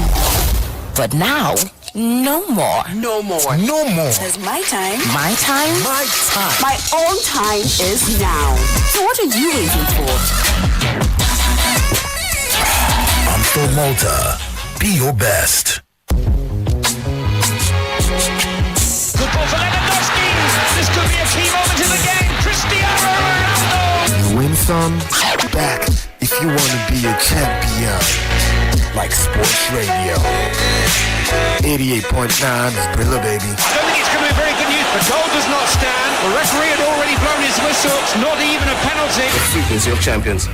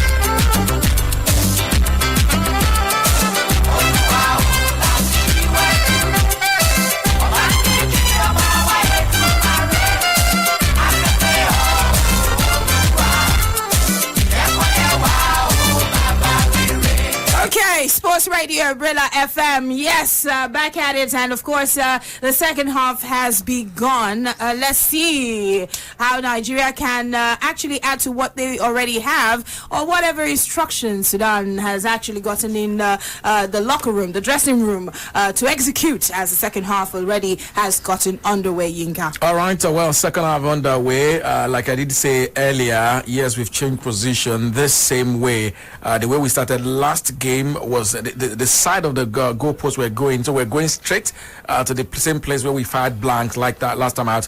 The 3 goals have come from the same position in Nigeria's Cup of Nations. But let me let you know, that dog has been broken. I talked about that. Say what? That Say dog what? has been broken. Say what? Say what? Moses Simon, jersey number 15. 1 minute, less than a minute into the second half, has increased the tally for Nigeria. Nigeria leads 3-0 against Sudan. So we have a first goal in that side of the goalpost. And goals have come from one end of the goalpost, the same goalpost that had Nigeria's first, second, third. This time around, we have changed the narratives, and we have at the other end, we're taking Nigeria's goal. 3-0. Nigeria lead against Sudan. Woo! Absolutely wonderful. Yes, Moses. Daddy Simon. Yes, yeah, they walk on them. I'm telling you. Yeah, so and it's 3-0 at the moment. Thanks to Moses Simon, a third goal has actually gotten right in for Nigeria. I think earlier in the day when people were predicting and saying 5, we are spelling their name. Some said. The interesting thing about Moses Simon's tournament is match day 1 he enjoyed himself, spoke so glowingly about the coach who handed him freedom to express himself. And match day 2 he's gotten an assist and a goal. So Moses Simon's AFCON Nations Cup, you want to say, is enjoying his time. I wonder what this man will be thinking about life under the former manager of the team. Moses Simon is a free man. Moses Simon is enjoying himself. He's got a 2-goal contribution, 1 assist, 1 goal, and Nigeria lead 3-0 on match day 2. Yes, that's right. And just like you had for Chukwueze, who we mentioned also was there in Egypt at the last Nations Cup, Moses, yes, actually getting his first one for this tournament right about now. Yes, indeed, that's the situation. And of course, I guess that puts Sudan under immense pressure right now, Victor. It puts the game out of reach for them. Not any pressure at all. I mean, Sudan will not be sad about the fact that they are losing to Nigeria, and I think the best they can do for themselves now is to, as much as possible, try to keep a respectable scoreline. I think there will be more goals in this game, and more goals for Nigeria, by the way. And there was a substitution shortly before the goal. Alex Iwobi came on, replacing Samuel Chukwueze. So I think that might have something to do with the coach's instruction, and basically on what they will try to do as far as this game is concerned. And that, of course, is looking really good for Nigeria already. So, yes, let's hope that the guys are able to keep it and, up the ante. As far as this is concerned, we are on +4 goals now, and we're yet to concede. So, yes, what it does for Nigeria is that we're building fear factor. Even Cameroon, who have 6 goals in this competition, they've conceded 2. So if we keep a clean sheet again, as far as this one is concerned, I think a lot of people will begin to think of how to break down this Nigerian side. And we're showing dynamism in terms of we have shown to be a side that can be shrewd in terms of letting people creating chances and score against us, and then we can still score goals and create chances. So it's too much work for the opponent that will try to break us down and look at what we bring to the table and try to analyze our game. I know we're giving them as many materials as possible to analyze us, but it is more hard work for them, and credit to the guys and the way they have gone about it. But this is not the time to take the foot off the pedal. If you meet a guinea pig side, please beat them silly and learn your mistakes and learn how to create chances. In fact, turn this to a training session already and make it an official training that the goals can also count. Okay. Yes, indeed. It is actually 49 minutes, make that 50 even, on the clock for this game between Nigeria and Sudan. So far, so good. Since this game commenced, 3 changes have been made. Yes, 2 for Sudan. Earlier on, in case you missed out on it, we told you as the second half commenced, there were changes, and Noor was actually brought in for Isa And of course, you had Abbas Omer Gumas, who was actually taken out, and Musa was brought in for Sudan. Yes, so the Sudanese coach Tia has actually made 2 substitutions, while of course for Cerezo Egwavoy, he's brought in Alex Iwobi just as he took out Chukwueze, and it was right after that that Simon actually pounced on a loose ball and was able to produce the 3rd goal for Nigeria. Yes, so far so good. Gomez, the South African referee, has been quite fair. No yellow card seen in this encounter at all, just yet anyway. Yinka. Absolutely. You want to say give it to the 2 teams so far. It's been clean in terms of what the tackles have been. No flying tackles here and there, and that would also take me to letting the fans out there know what the stats look like in terms of disciplinary concerns in this particular game. Well, free kicks has been 6-3, free kicks 6 to Nigeria, 3 to Sudan. We've also had fouls committed, 8 coming the way of Sudan, 3 to Nigeria, and in all 11 fouls committed in total, no yellow card so far in this particular game. The tackles have been 10-10 each, Nigeria and Sudan in this particular encounter. Clean tackles we've seen, we've observed so far in the course of this game, you can simply say. And 2 subs have also been affected. Let me let you know, for Nigeria, we had Iwobi coming in for Samuel Chukwueze, and for Sudan we have Noah. He has also been replaced. Musa coming on in his place. Dia Majob Musa plays club football for El Merreikh, has come on as a sub in this particular encounter for Noah in this particular encounter. So they've indeed were affected. Substitutions made on the 46-minute mark. 2 for Sudan, 1 for Nigeria, 3 in total. Nigeria lead 3-0 against Sudan after 51 minutes of action played so far. You can say 6 minutes into the second 45 minutes and 39 more minutes to go of the 90 being added on time in this particular game. Nigeria 3, Sudan 0. All right, just like we had said earlier about this game, the way it seems, there might be more goals left to score in this encounter. Maybe another one would just come right in for Nigeria. There was a chance to bring one in, but of course, a little way that some occurrences happened right there. Absolutely, it was a wasted effort. Should have easily been Nigeria's 4th goal in this encounter. Kelechi Iheanacho, of course, had himself there, but then perhaps when he could have gone for a chip, decided to go for a grand effort, and the Sudanese defender was there, lay on the floor, yes, to indeed deny him at that point in time. Would have been a goal if that had been a chip at that point in time. On the 53rd minute mark, Nigeria still lead 3-0. The ball went out for a corner kick to Nigeria, so it wasn't effort totally wasted. It was just effort intercepted and denied Nigeria at that point in time. So 3-0, Nigeria lead against Sudan, but then with a chance to score from the corner. We keep our fingers crossed whether or not they will connect this corner kick rightfully. 54 minutes on the clock, Nigeria 3, Sudan 0. All right, so that's the situation, yes, between Nigeria and Sudan. Nigeria seem to be pressing hard to see how they can get a 4th goal. Will not be surprised if that comes anytime soon, but it looks like there's still a goal or 2 left in this encounter. I mean, it's still early minutes into this encounter with 54 minutes on the clock, so who's telling? Maybe another goal will come right in this encounter. Okay, let me also quickly give the update on the corner kick that Nigeria had. Moses Simon was there, yes, to take the corner into the 18-yard box, but then it was intercepted by Ali Abdallah Abu Eshran at that point in time. The ball went out. Nigeria once again had Zedu Sanusi launching the ball into the 18-yard box. Tawa Wuniye ran towards the ball to save, but then the ball went out for a goal kick situation at that point in time on the 54th minute mark. Nigeria 3, Sudan 0, and yes, indeed, it's still Nigeria in full gear in the lead in this particular encounter. That's right. That's the situation right there. And of course, in case you missed out on it, 3 goals scored, and indeed, it was supposed to be.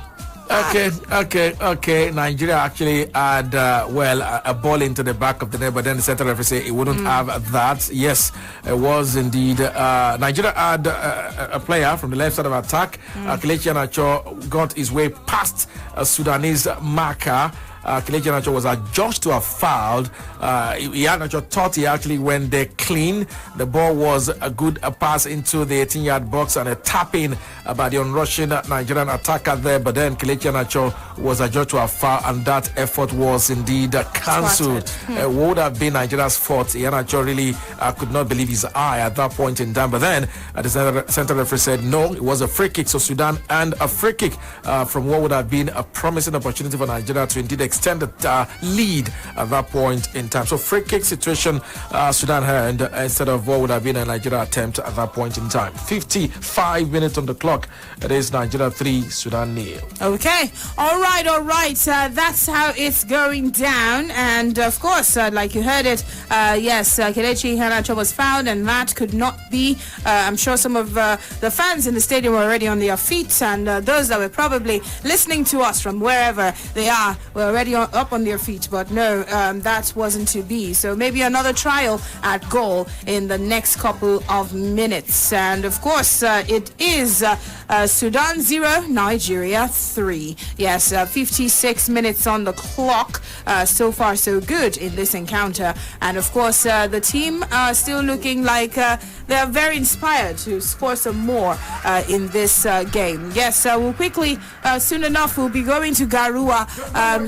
Cameroon Garua, as we get to speak with Niyi Adebanjo, our man. And of course, we'll get some more updates from all the way from Garua, the center where things are happening. Yes, the Stade Omnisports Ramdiaja Stadium right there in Cameroon, as we get more updates about the team. Absolutely. Well, still giving you more updates right here. Let's let you know that Sudan had a rare opportunity, a rare chance, and attacked against Nigeria right on the 56-minute mark. Well, let's quickly let you know that attack came to nothing because Maduka Okoye, who has been conspicuously on holiday so far in the whole of this game, had a very easy save and had a throw in back into Nigeria player to attack at that point in time, and nothing happened. So the ball indeed really went easily for Maduka Okoye to save at that point in time.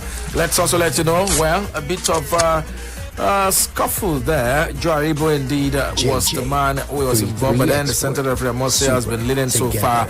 Decided to simply add that the Nigerian player went for the peace talk rather than for a card at that point in time. Could easily have been a card to the Sudanese defender, but then decided to go for a peace talk at that point in time. So no yellow card so far. Disciplinary concerns, you want to say, a center referee has been lenient so far in this game. It is Nigeria's 3, Sudan 0, and play was still very clean in terms of card and disciplinary concerns as well.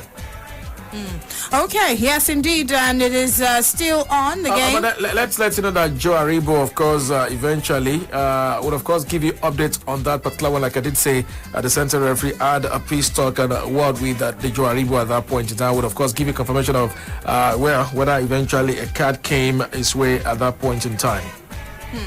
Yes, Joe didn't seem quite happy. Yes, yeah, he got a card. The card came. Joe Aribo got a first yellow card on the 58-minute mark in this particular encounter. Really, all he needed to do was just to maintain a calm head. It was still Nigeria's free kick, but then felt it was marked rough and decided to go in with a scuffle there. And yes, he was given a yellow card, more or less for bringing a game to disrepute at that point in time. Rather than pick up a card for an offense, he got a yellow card after the referee showed no mercy to him at that point in time. Okay, that's it. So yellow, the first yellow already seen for this encounter, and of course that one was given to Joe Aribo.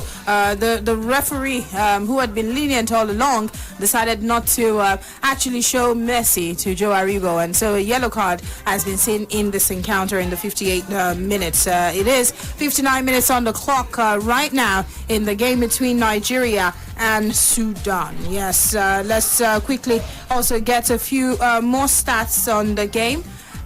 Okay, well, talking about statistics, let's quickly let you know for the game starts after 1 hour football played so far. 1 hour football play, yellow card 1 to Nigeria. Joe Aribo, the recipient, on the 58-minute mark, and 2 substitutions made as well for this particular game. We had Noor Al-Ghazali coming on for Asa Musab, and this encounter right on the 46-minute mark. It was actually a double sub done by Sudan's coach. We had Dia Majub Musa coming on as a sub as well for Abbas Ogme of Al Hilal Omdurman. So we had 2 sub made by Sudan in the 46-minute mark. Nigeria at that point in time also had Samuel Chukwueze taking off Alex Iwobi coming on in his place on the 46-minute mark of this particular encounter. And yes, just a few seconds after that, Moses Simon scores the third goal for Nigeria, and his second goal involvement today in this particular encounter, 3-0. But then the stats reveals Nigeria with 58% of the ball possession. Goal attempt, 13 goal attempts to Nigeria, 3 to Sudan. Shots on goal, 7 to Nigeria. Shots on goal, 1 for Sudan. Shots off goal, 3 to Nigeria, 1 to Sudan. Blocked shot, 3 to Nigeria, 1 to Sudan. Free kicks, 7 to Nigeria, 3 to Sudan. Corner kicks, 3 to Nigeria, 1 to Sudan in this particular encounter. Nigeria have had 11 throw-ins. Sudan have recorded 7. Goalkeeper saves. Sudan have had to make 4 goalkeeper saves. Maduka Okoye made just 1 save so far in this particular encounter. A yellow card, Joe Aribo, of course, picked 1, and that is how things look like. Fouls committed 4. Nigeria had 4 fouls. Sudan have had 9 fouls in total in this particular game. And after 60 minutes of football played, 1 hour, we have Nigeria 3-0 up against Sudan in this particular encounter. Okay. All right. So we'll get a few more updates soon from VQ and how he really feels about the game thus far. Oh, well, interesting stuff. But we've had cases where our players have been a bit complacent in the way they've gone about their business, and they really need to keep their composure for the entirety of this game and make sure that we don't leave too many things to chance, and we don't leave the opponent to get in the place where they can rattle the feathers of the Nigerian players. Aribo, of course, got a needless yellow card because he got in a scuffle with a player. Just sorry to interrupt you, just to give you a little update. Our man, of course, the network has been quite off and all of that, but of course Ni Adebanjo tells us that of course Maduka has got a left shoulder bruise, which of course might actually have a little impediment in the way he moves or thereabout, just a little shoulder bruise, just to give you that update. Probably that was why he dropped the ball earlier in the box, because he was supposed to grab it all at once, and then he dropped, and then he had to make a dive to get the ball. It was a really tough one, but that's it. I hope we do not have that level of complacency, and we do not leave a lot of things to chance. Let's make sure we keep it real as far as this game is concerned.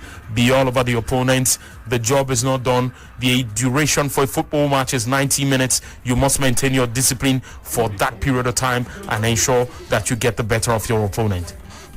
Okay. All right. Of course, thank you, Victor. The game is very much still on. It's still 3-0.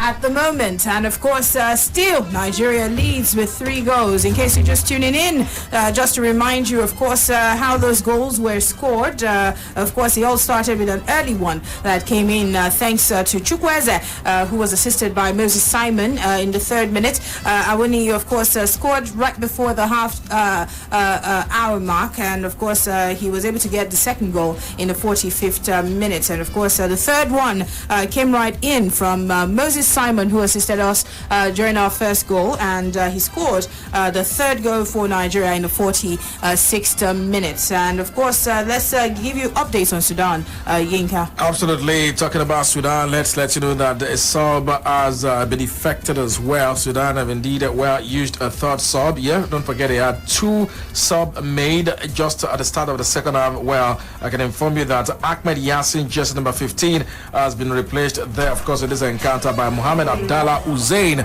in this game on the 63rd minute mark. So a substitution has been effected, as Sudan have had 3 changes made in this game so far. It is still 3-0. Nigeria lead against Sudan in this particular encounter, but then we backtrack action back to the 61st minute mark when Nigeria had an exchange of short passes, and on the 63rd minute mark, yes, the play was stopped. Indeed, it was time for substitution. Yassin Ahmed walked off the pitch, and Mohamed Abdallah Hussein came on as a sub in his place at that point point in time. It is still 3-0 Nigeria against Sudan in this particular encounter. I was still giving you updates, still bringing you closer to the action. Right, let's also let you know that Nigeria attacked through the left side of, the attack for Nigeria. On the right side for the Sudanese defense line, a foul was committed, and with a chance, Nigeria, of course, would attempt to do something after a free kick was earned. Well, we'll, of course, give you the updates as soon as that indeed is taken.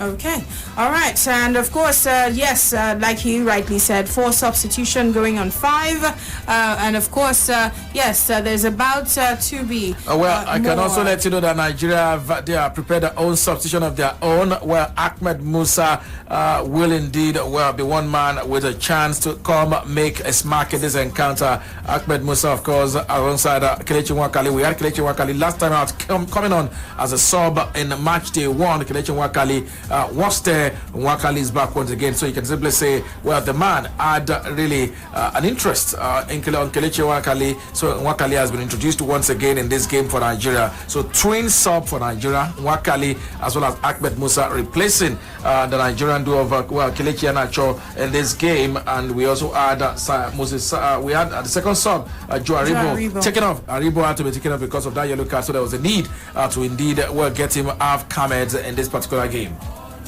Okay, yes, that's how things are going down. Double sub, like you just heard from Yinka, just telling us that Musa was obviously brought in for Kelechi Iheanacho, who left, and of course Joe Aribo taking off. Remember, he got a yellow card, and the next game is also very crucial. So he's been taken off, and Kelechi Nwakali, of course, brought right in. Yes, indeed. So it is 67 minutes on the clock.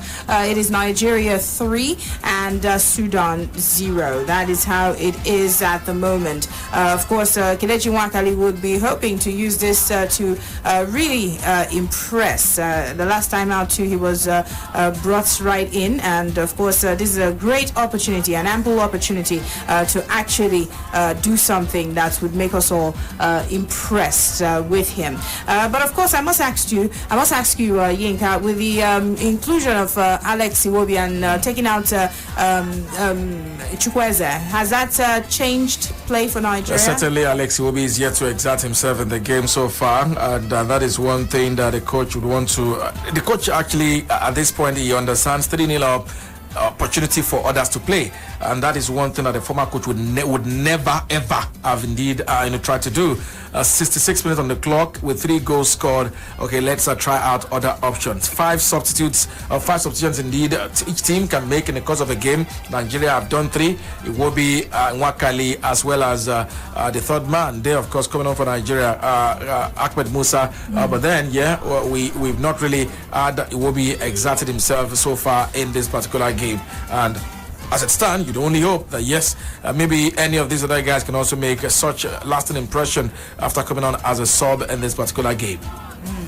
Okay, all right, so we're off to Garua, Cameroon right now. Let's connect with Nee. The Africa Cup of Nations Cameroon 2021 here in the city of Garua, and Adeni Adebanjo is my name. Yes, I can confirm to you that Joe Aribo is Nigeria's first player, the first Nigerian player to go into the referee's book here in this tournament. He was shown a yellow card for incidents, 2 incidents that happened here in the second half. The referee, of course, showing him a yellow card for those 2 incidents. He was called. The player was surprised that he was given a yellow.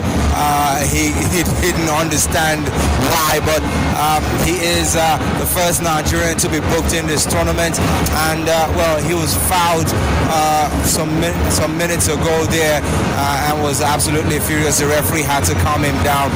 Nigeria also had in the back.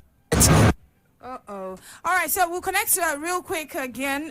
The network is going quite off on that one, but of course we'll also still be giving you more updates right now. Nigeria leads with 3 goals, but things might soon change with the scoreline, Yinka. Absolutely. VAR incidents reviewed, and it's a penalty to Sudan against Nigeria. Olaino booked a yellow card. The central referee had to go check things, and after checking, Victor Miguel Gomez decided, yes, he got that spot on. It's a penalty. Maduka Okoye from 12 yards out, yes, would be the man. Don't forget about the shoulder bruise. I hope that wouldn't be a problem. So Maduka Okoye now would have this to contend with to ensure he keeps a clean sheet in this game. Sudan with a chance to score from the penalty spot. At times, these are the reasons why you need goals, like we've done so far. You know, imagine if this was just a 1-0 lead for Nigeria, would have been very, very tough. But then, Olaino has been booked. The second yellow card for Nigeria after a VAR check. Sudan with a chance from 12 yards out to indeed get himself something. Well, let's give you confirmation. Well converted. Maduka Okoye sensed the wrong way, went towards the right side corner, and the penalty went towards the left side corner. That's right. It was indeed a beautifully taken penalty. Goal Sudan's first goal as well. So Nigeria 3, Sudan 1. It's game on. Certainly, these guys are pepped and charged up, and they feel there's still something in it. And for Nigeria themselves, they have to watch it from this point. Yes. Let me let you know the confirmation of the time. A 71st minute penalty means 19 more minutes. There's plenty of time. We've seen this team blow a 4-goal lead. Certainly, I expect that Coach Austin Cerezo Iguavoin will indeed ensure we do not have a repeat of that and ensure all forms of deja vu is completely eliminated. So 3-1 it is, and Sudan has scored via a penalty. Yes, and of course Walidin Kadir was the one who scored, who converted, and just like Inka rightly said, Maduka actually predicted the wrong side, and it was a neatly taken penalty, and so it is 3-1 at the moment in this encounter. Hopefully Nigeria can do a lot more. Sudan might feel a bit charged up with this. There's still a lot to play for. There's still a lot of minutes on the clock. And that's a little less than 20 minutes. That's if added time is not actually included in this encounter. But it is 3-1 at the moment, and of course Walidin has scored for Sudan. So in some way, I think the Al Hilal midfielder must be very glad that at least they have been able to get one for their side. But let's see what happens for the rest of the game. It is 3-1, and of course 72 minutes game time played, and of course a lot more still to come. 2 yellow cards after, of course, we told you Joe Aribo, and of course Olaino, who of course got a yellow for being so rough against one of the Sudanese player. So yes, that is the situation right now. Okay, so I would quickly also let you in on a little bit of stats very soon. But of course, the game still continues with Nigeria pressing on. I don't know if the urgency is still there for them to score a fourth, but they need to make that happen to eliminate any kind of building up confidence that might be coming up from the Sudanese side. Certainly, the Sudanese celebrated so much the goal scored from the penalty spot because they understand that one goal gives you the confidence to go for another, and they will also feel this would to an extent rattle the Nigerians. Any goal or the next goal will certainly be the clincher. A goal for Sudan means it's game on, game open once again. A goal for Nigeria would mean, kills whatever fight is left in the minds and the hearts and the legs of the Sudanese Falcons in this particular game. So it's really key for Nigeria to ensure they really do not allow any forms of complacency to set in. Let me also let you know, Nigeria won for ourselves a free kick. It was a feeble attempt from outside the 18-yard box, so far off on the 74-minute mark from Kelechi Nwakali. Oh, indeed, really. This is where the substitutions made would have to indeed ensure they do something and make sure Nigeria still retain what they had in ball possession for the last large spell of the first 45 minutes of play so far. We have Iwobi, Ahmed Musa, Kelechi Nwakali. This is where really those substitutions would have to indeed ensure they stand up to be counted and make Nigeria retain ball possession in this particular game. All right. Yes, indeed, a feeble attempt from Nwakali, who, of course, you remember, was there for the under-17 and under-20. You remember that he actually was shining bright, but, of course, things weren't to be in his club career much later on as things went down the hill for him. But, of course, being offered a great opportunity, a great lifeline to actually up his own game for Nigeria. And, of course, course, present himself with great opportunities for his club side career. But anyway, the Sudanese seem to be pressing on. They seem to be trying to see how they can just frustrate us. It was actually beautiful exchange and interchange of passes by the Nigerian attacker were there on the 75th minute mark. They had, well, a beautiful run intercepted by the defense line of Sudan. 1-2 pass, and yes, the Nigerian attack line wanted to make that happen inside the 18-yard box, but then the 1-2 pass was read well and intercepted. Let me also let you know that Awoniyi was indeed set on play by Alex Iwobi. The ball was a side netting. Could easily have been Nigeria's fourth. Awoniyi got a beautifully well-threaded pass from Alex Iwobi. The ball was indeed a ball that went out of play at that point in time. Although Awoniyi had a man on him as well, man marked, but then still stole that shot. It was out of play for a goal kick situation at that point in time on the 76-minute mark. So 76 minutes on the clock, 14 of the 90 still to go. Barring added on the time in this encounter. Nigeria still lead 3-1 against Sudan in this particular game. So we have less than quarter of an hour to go for the game itself, and then we get to keep our fingers crossed to know what added on time will be in this game. Yes, it is the Africa Cup of Nations coverage, and it is the game between Nigeria and Sudan. As you have already heard us give you a lot of updates and coverage about this game, and 76 minutes, like Yinka rightly said, on the clock. Of course, it is 3-1. It was 3-0 for a long time before Sudan actually got one back. And of course that was via a penalty. Yes, and of course quite a few changes from both sides for Nigeria. Of course, both teams, interestingly, have made 3 substitutions apiece. Yes, for Nigeria, they've made 3 substitutions, and you also have the Sudan side who've likely also made 3 substitutions thus far. And of course, with 77 minutes on the clock, of course, it's about 13 minutes left on the clock with the additional time that might be provided by the referee, who of course uses discretion to add a few more minutes of added time. But of course it is Nigeria 3 and Sudan 1. That is the situation right there at the stadium. Yes, talking about the Stade Mini Sports Rome de Aja. Yes, right there in Garoua. Yes, Garoua, Cameroon. Absolutely. We're still painting more pictures for the fans out there. Let's let you know, 77 minutes on the clock. And we're still bringing you more updates there at the Stade Omni Sport Rome de Aja in Cameroon. The sub made so far, Nigeria have had 3 of them. Alex Iwobi for Moses for that man, Samuel Chukwueze made in this encounter. We also had other sub indeed affected as well in this particular encounter. Okay, let's also let you know that we had Kelechi Wakali coming on, Ahmed Musa coming on. We had the likes of Iana Cho as well as Aribo being substituted in the course of this encounter so far. 3-0, 3-1 Nigeria lead. Remember, that penalty converted on the 70th minute mark by Sudan is what has given them a glimmer of hope. Yes, just the faintest of a limelight, faintest of hope as far as this particular one is concerned. You want to say, but then as it stands, well, it has not produced anything so far. 77 minutes on the clock. You can make it 78. Nigeria still lead 3-1 against Sudan in this particular encounter. Okay, all right.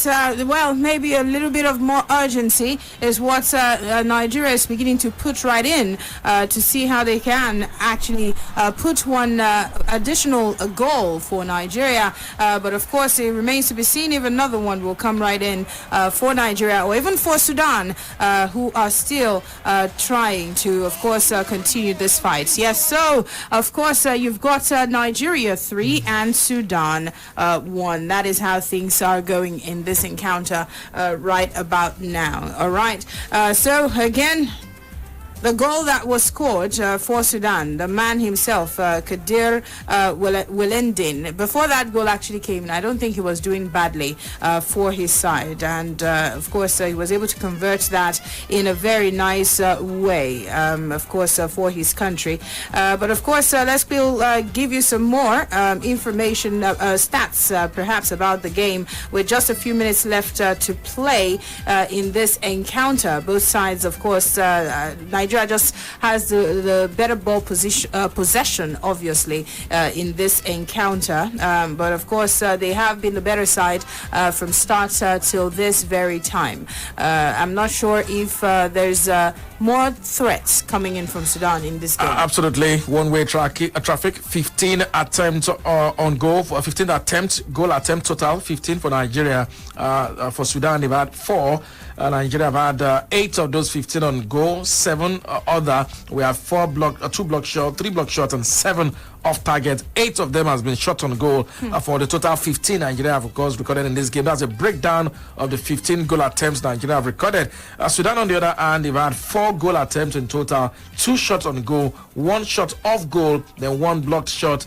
To indeed summarize or break down the 4 shot goal attempts they've had in this game. So really, they've been far off the mark compared to what Nigeria have offered in this particular game. Going forward, defensively, let me also let you know that for this particular game for Sudan, they've had goalkeeper saves 5. Nigeria have had just 1 goalkeeper saves. That also underlines how dominant the Nigeria Super Eagles have been so far in this particular game. After 80 minutes of football played so far, Nigeria lead 3-1 against Sudan. I keep saying near because I wanted that 3-0. 3-1 Nigeria lead against Sudan. Yeah, a penalty scored on the 70th minute mark, clearly obliterated what would have been a clean sheet for Nigeria at that point in time. Let me also let you know that, well, on the 80th minute mark, Sudan threatened Nigeria through the right side of attack. It was Zedu Sanusi's position. It was beaten at that point in time, and the ball in was, well, one that had the Nigerian defender scrambling. It was saved at that point in time, and the ball was indeed, well, taken off.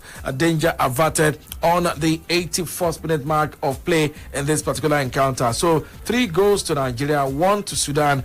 10 goals so far Nigeria's way, and for defensive work, it's been Sudan busy.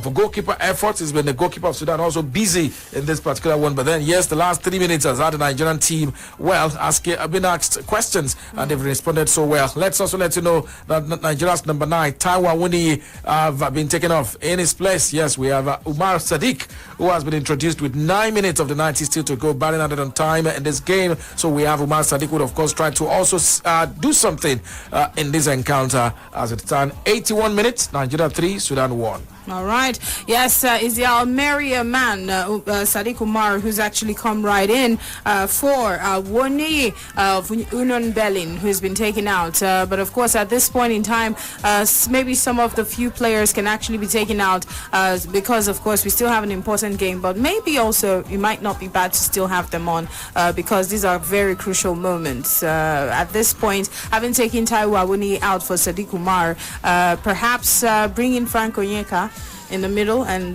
get though Joe Aribo is already out, so that might actually mess up the middle. It also well shows that at this point in time the coach certainly of what he has already done. We have the subs done by Nigeria. We've had 4 changes made already, and for Umar Sadiq coming on, a chance for him to prove something. The other ones you mentioned, certainly the coach to have brought in Anwar Kali at some point still felt, okay, yes, maybe indeed he will finish off the game as it stands. We'll keep our fingers crossed whether or not there'll be any other thing to do. 5 sub-opportunities we have indeed in total to do in this particular game, and we've done 4 already with 8 minutes to go at this point. The minute of the has been played as well by Umar Sadiq himself. So after 83 minutes on the clock, it is Nigeria 3, Sudan 1. 1st sub made for Sudan themselves. We'll also add 3 substitutions made. Sudan has got 2 more to make in this particular game.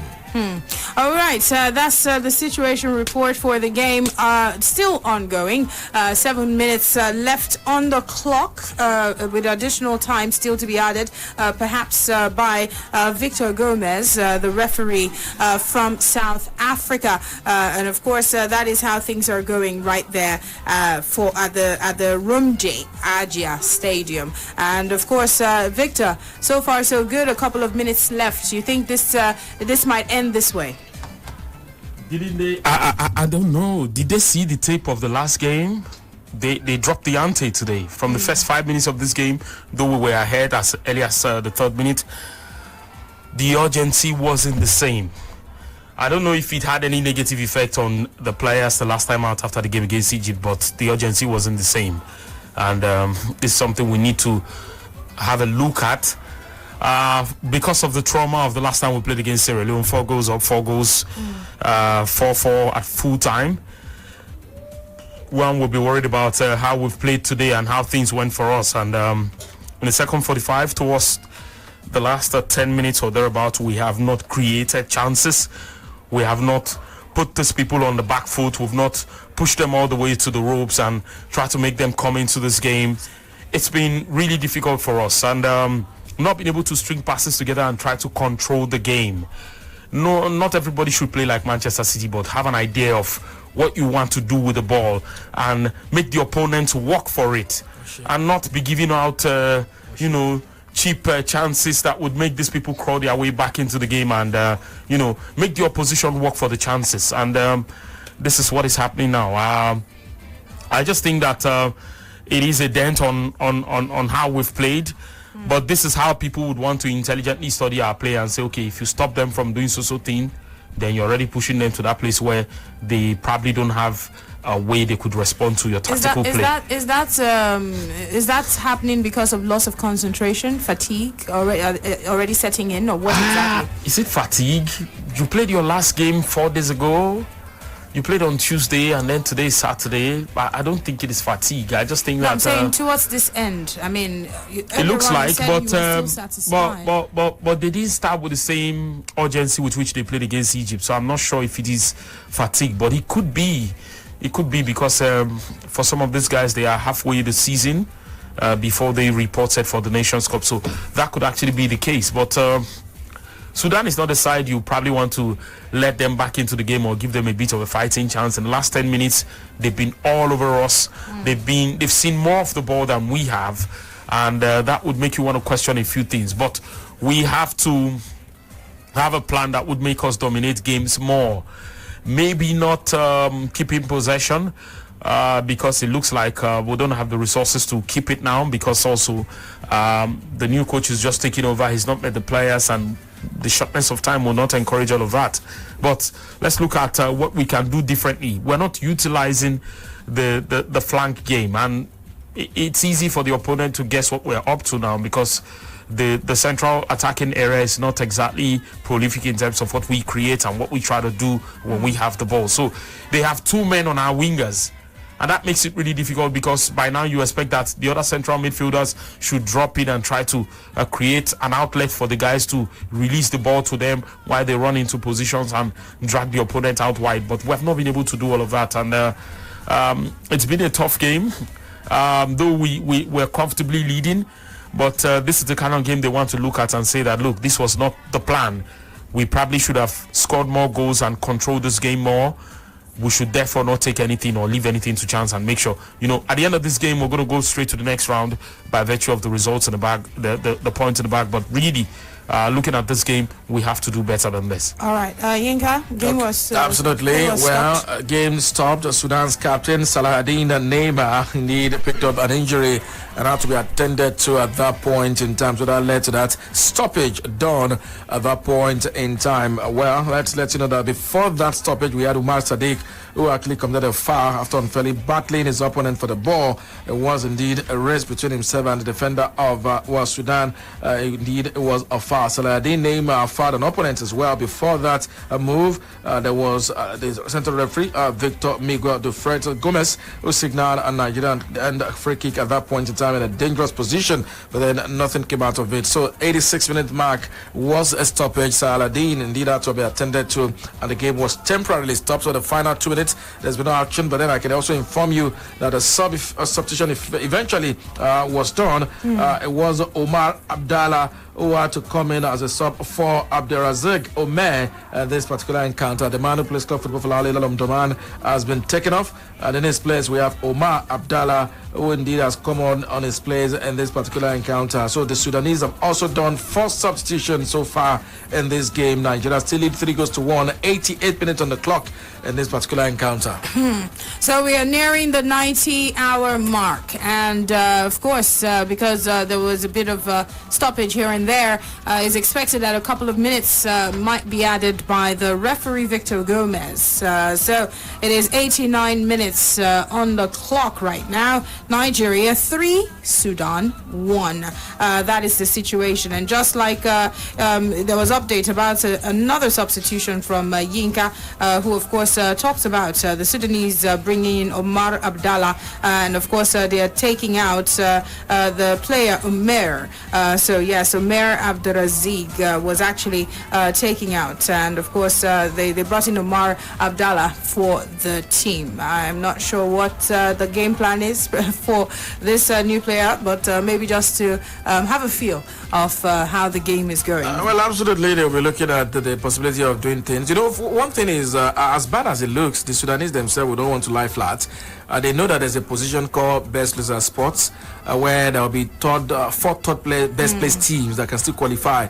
So they would want to do everything possible to ensure they do not get to lose scandalously. So if they get to score one more goal and lose 3-2, the better for them, knowing that they had a point already on match day 1, so they can actually take that into the final group stage game of this particular group. So that will put them in a fairly -1 goal difference, which of course will be okay compared to being -2 when it comes to placing the third place team. So Sudan are down, they are not yet out. Guinea-Bissau can still suffer more. They'll look at, if they get to score more and it becomes 3-2, then they look forward to Guinea-Bissau losing heavily to Egypt. They can pursue getting themselves in the third place position, the third sports team, when they get to play final group game against Egypt. Yes, and another substitution was actually done in the 90th minute by the coach for Sudan. He actually brought in Hakim was actually brought in. Mohamed Kesra Hakim was brought right in, and of course Nema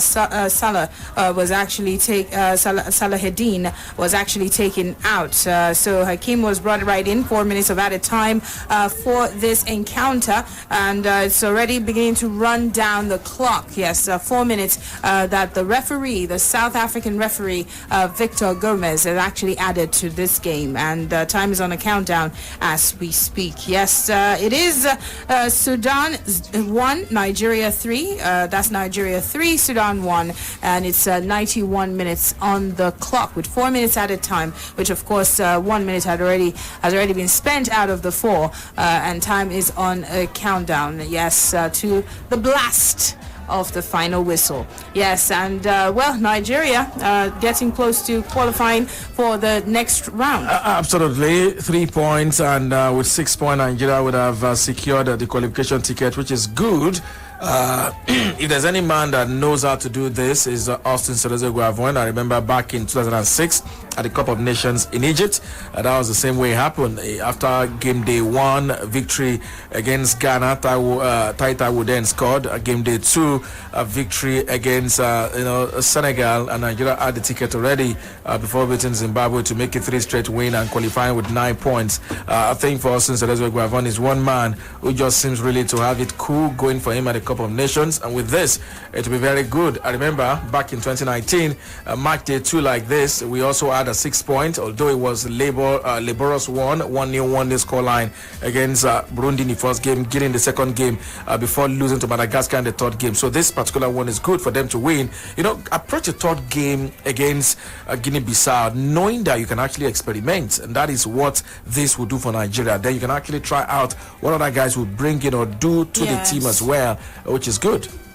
Absolutely, I agree with you, Yinka. Yes, it is still on, and of course getting close to the 93rd minute. Yes, just a few seconds into the 93rd minute, and it's Nigeria 3, Sudan 1. Yes, Nigeria still pressing on to see what they can do in the last few seconds left in this encounter with 93 minutes on the clock. Yes, let's also inform you how the goals were scored in case you are just tuning in. It was Samuel Chukwueze, the Villarreal player, who actually slotted the very first goal in this encounter in the 3rd minute, and of course the second goal thanks to the Ilorin-born Taiwo Awoni, who scored his first for Nigeria as the senior player. And of course he also he actually was taken out much later. He's no longer in the encounter, but of course Moses Simon scored the third for Nigeria in the 46th minute as the second half got started. So yes, the other fourth goal that was seen in this game, not for Nigeria of course, but for Sudan, and it was scored via a penalty. Of course, in the middle of all of that, Olaina found himself in there and got a yellow. So yes, Kadir Walidin was the one who actually scored. Yes, and it's a wrap. It is full time. Nigeria have the points. Yes, full 6 points, maximum points. points. 3 goals to 1. The Super Eagles have beaten Sudan in this encounter. 2-0 lead in the first half, 1-0 draw in the second half. Moses Simon with the third.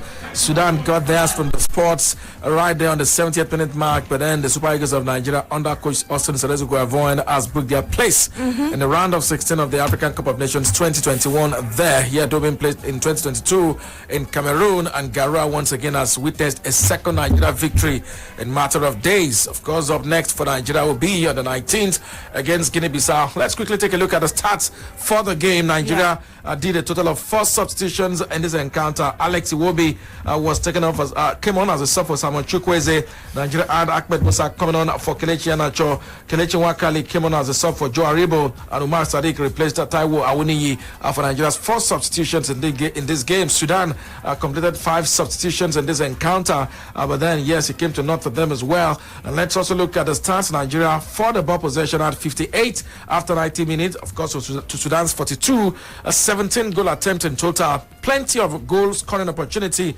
Nigeria, of course, you can simply say attacked so well. 5 of those indeed for Sudan, 17 for Nigeria. Shot on goal, 8 to Nigeria, 2 to Sudan. Shots off goal, 6 to Nigeria, 2 to Sudan. 3 shots blocked, 1 shot blocked for Sudan. Nigeria certainly dominated ball possession, dominated goal attempts, dominated corner kick, dominated a dangerous attack, and dominated free kicks as well. It was indeed simply, clearly, one-way traffic in favor of Nigeria. So the stats indeed favors Nigeria. The goals favored Nigeria. Everything, yes, favored Nigeria. And Taiwo Awoniyi scored his first for Nigeria, the African Cup of Nations, after coming so close on match day 1. It came so close on a number of occasions on match day 2, but then finally the goal came for the man just before the halftime mark to indeed earn Nigeria that 2-goal lead, a cushion into the second half. And Moses Simon once again indeed had a fantastic day in the office. Match day 1 talked so glowingly about our coach Austin Guavoin Serezu,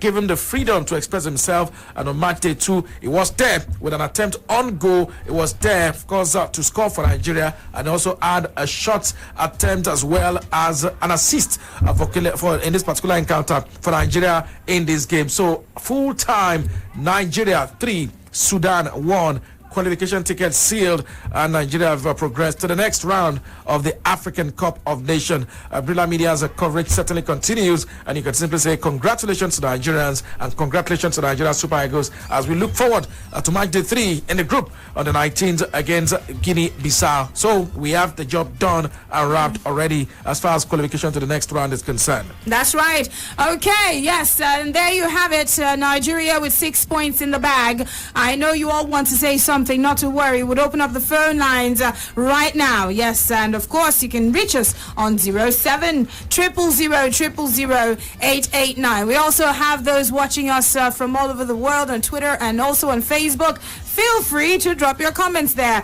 Let's quickly get the calls in, and let's find out what you have to say about Nigeria's performance against Sudan. Yes, 07 000 889 is the number, and just like Yinka had rightly said, you know, this kind of puts us in a really comfortable, somewhat comfortable position to try out some other strategies, especially against Guinea-Bissau. Hello. Welcome. Up Nigeria. Yes, sir. Where's the bell? Yeah, yes, up Nigeria. Yes, sir. Okay. Thank you very much. Yes. Let's quickly get another one. That excited caller. Hi. Hello. Okay, welcome. Congratulations, Nigeria. Okay. Oh, thank you for congratulating Nigeria. Let's quickly go for the next one. Hello. Hello. Okay. Yes. Thank you, but you will need to hold that thought because we have a former Nigerian player. He used to be in charge of taking care of the goalkeepers. He trained them, and of course, he was between the sticks for Nigeria. We've got Ike Shorumu joining us right here on Sports Radio Brila FM. How you doing, Ike? Good evening. Good evening, my sister. I'm fine. Yes, and Nigeria has got 6 points in the bag, Ike. Very interesting game. The first two games that we played now, we showed the character, and it's very encouraging. And I hope they will keep on being the team for the next game for us to be the next stage. Oh, all right. What are the few things that you can point out that we need to work on going forward? Because right now, with these two games that we've played, the other favorites in the competition are also looking out for Nigeria. Well, the thing is that our match against Egypt is quite different from the one we played today because of the standard and the quality of the team that we play against Egypt. But it not depends the country we are going to play next will determine how we are going to play. Because right now, okay, so you're saying you expect him to try out something different too against Guinea-Bissau. No, it depends on the team that we are going to play. It will determine how we are going to play against them. Okay. Let's take a look at the goalkeeper. He considered the first for Nigeria in this encounter. Yes, even though it was a penalty. But he totally misjudged where the ball was going. That's what he can do. When you see the way he kick, the kicker is very, very calm. And I've already made up his mind that he's going to the left side of our goalkeeper. But then our goalkeeper, decided himself to that he's going to the right side. So it's a good kick, and that's it. All right. So with how Nigeria has played, are you also tipping Nigeria? Asamoah Gyan said something about Nigeria that Nigeria are favorites to win the Nations Cup. But is it too early for us to start getting excited? Exactly, my dear sister. But the most important thing is that what I just love in this team is that the way they are keeping themselves. No big manism. Everybody is working for each other, and with this, we go far. Chukwueze was able to score a goal, but later on in the game, it seemed as though a little bit of how he played from Egypt came back in that encounter. What do you make of his performance? Very good player. Chukwueze, Simon Moses, most of our players, they really play well. But the most important thing is that what I say emphasize on the way they comport themselves, they work as a team. That's a good thing of it for you. Yes. Awuni got his first goal for the Super Eagles. What do you expect from Awuni going as Nigeria keeps going further in this tournament? Well, Awuni is a warrior. He really works on our opponent defenders for us to get some chance for us to put the ball into their net. And he's a player that won't just want to work for the team. He's not mad about the goal, but when the goal comes naturally, we score. But for him, his mind, with the way I saw him playing, it's like we want to work for the team just to progress, to get more better. Okay, let's take a look at how we've been getting. Two things are very pertinent in the two games we've played. So we had opportunities, a lot of opportunities, but we missed them. We missed a lot of opportunities too. We had one golden chance where, things didn't go to plan. Our knee was on the ground. Later on, another one too. They stopped Aribo from actually reaching the ball. What do you make of all of these chances we keep missing? If we play a more tactical side, a stronger, solid side, we might actually pay for it if we do not seize opportunities. That's why we are playing the game. You can't score the chances. Sometimes when you miss some chances, when you go back to your drawing board, you just say, okay, this is the thing I missed. I need to work on that. And with this, the most important thing is that we are progressing. The way we play against Egypt is quite different the way we play against Sudan today. And in a game like this, where we make chances, you need to work more for it to get more better when it comes to the local stages. Okay. All right then. Let's let you go. But before we do let you go, I think Tosi has a question for you. Yeah. Yes. Quick one. Number one. Madu Kaukwe, goalkeeper, in between the sticks today. There was not so much spotlight on him, but a bit of question as to confidence and what happens when we begin to face higher quality opponents. There were some moments that were not so comfortable for him. Your thoughts, please, on that one. Well, the most important thing is that every match you get the experience, you get the confidence, and I do believe that if it's not good, they will not make it as number one. And they can't be 100% perfect always. But in as much as a goalkeeper, he knew that there are a lot of weight in him. He will do more better, and then for the next game, to let everything go well as he wants. Okay. All right. Thank you so much for speaking with us right here, Sports Radio Brila FM. Thank you so much, Ike Shorumu, for giving us some of your views about how Nigeria has done. And we are hoping that the Eagles will keep going further in the tournament. My pleasure, Minister. All right. Thank you very much. Thank you. We'll take more reactions from you. Do well to call us because, of course, we know you have so many things to say. Hi. Hello. Hello. Yes, welcome. This is Sports Radio. Hello. Yeah, thank you. My name is Adenuga Bukola. I'm calling. All right, Ade Bukola, thank you.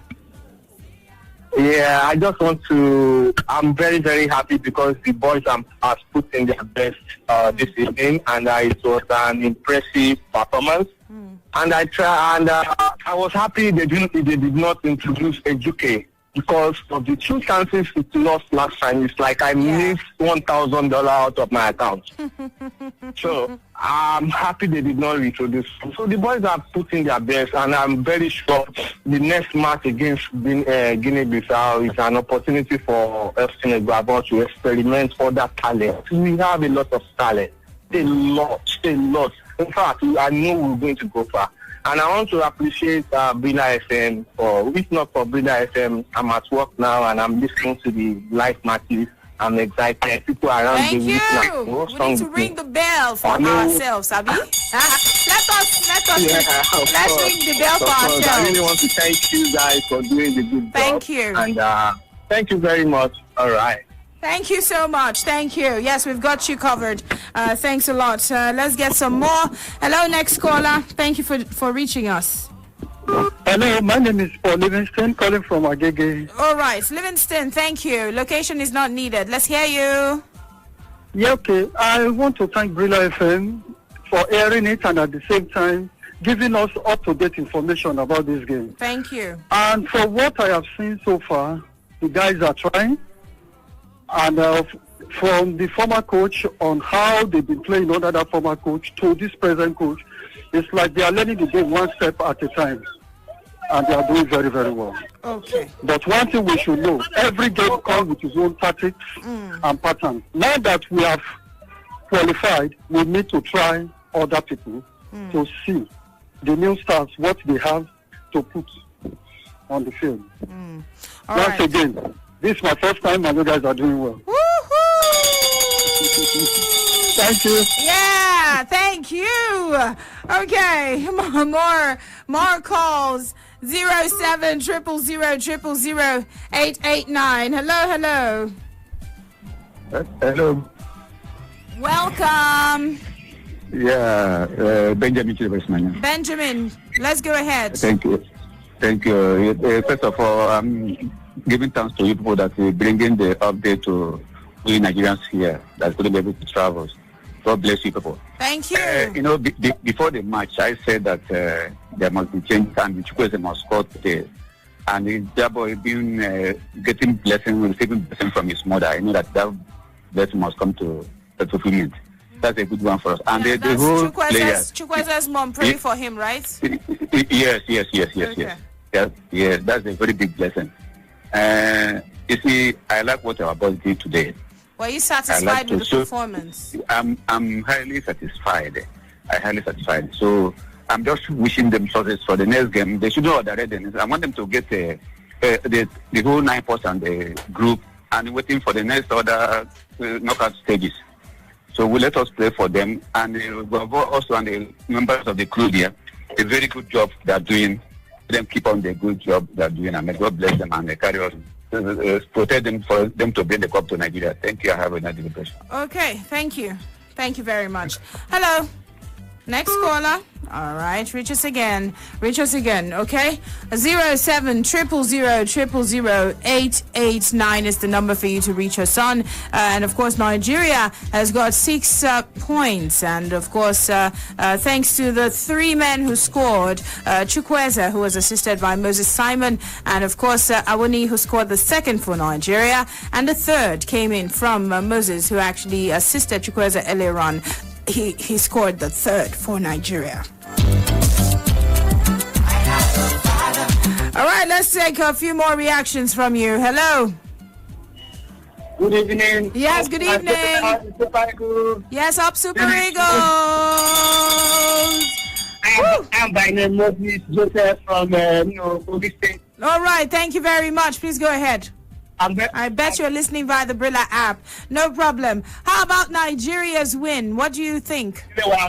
And I'm going to get it as you assigned like that. It's my joy that my nation, called Nigeria, has won the match for today with Sudan. That's just expression. Okay. All right. Thank you very much. Hello. Hello. All right, do call us back. Do call us right back. Yes, the number for you to call 0700000889. Moses Simon, yes, got the Man of the Match award, and yes, indeed, he's the one who actually got it for that amazing performance that he put up for Nigeria. Hello. Hello. Good evening. Okay. Yes. Good evening. Congratulations to the Super Eagles. Woo! Congratulations to us. And I must say you guys are doing a yeoman's job in this program live. But again, I must say they won this game, but their performance was not up to par with what I saw against the Egyptians. Maybe they didn't give as much as they gave against the Egyptians. Because sometimes I don't know, the goals were not, they came, but not the kind of fantastic goals that I was expecting against the Sudanese team. After the first goal came in 3 minutes, I expected a barrage of goals.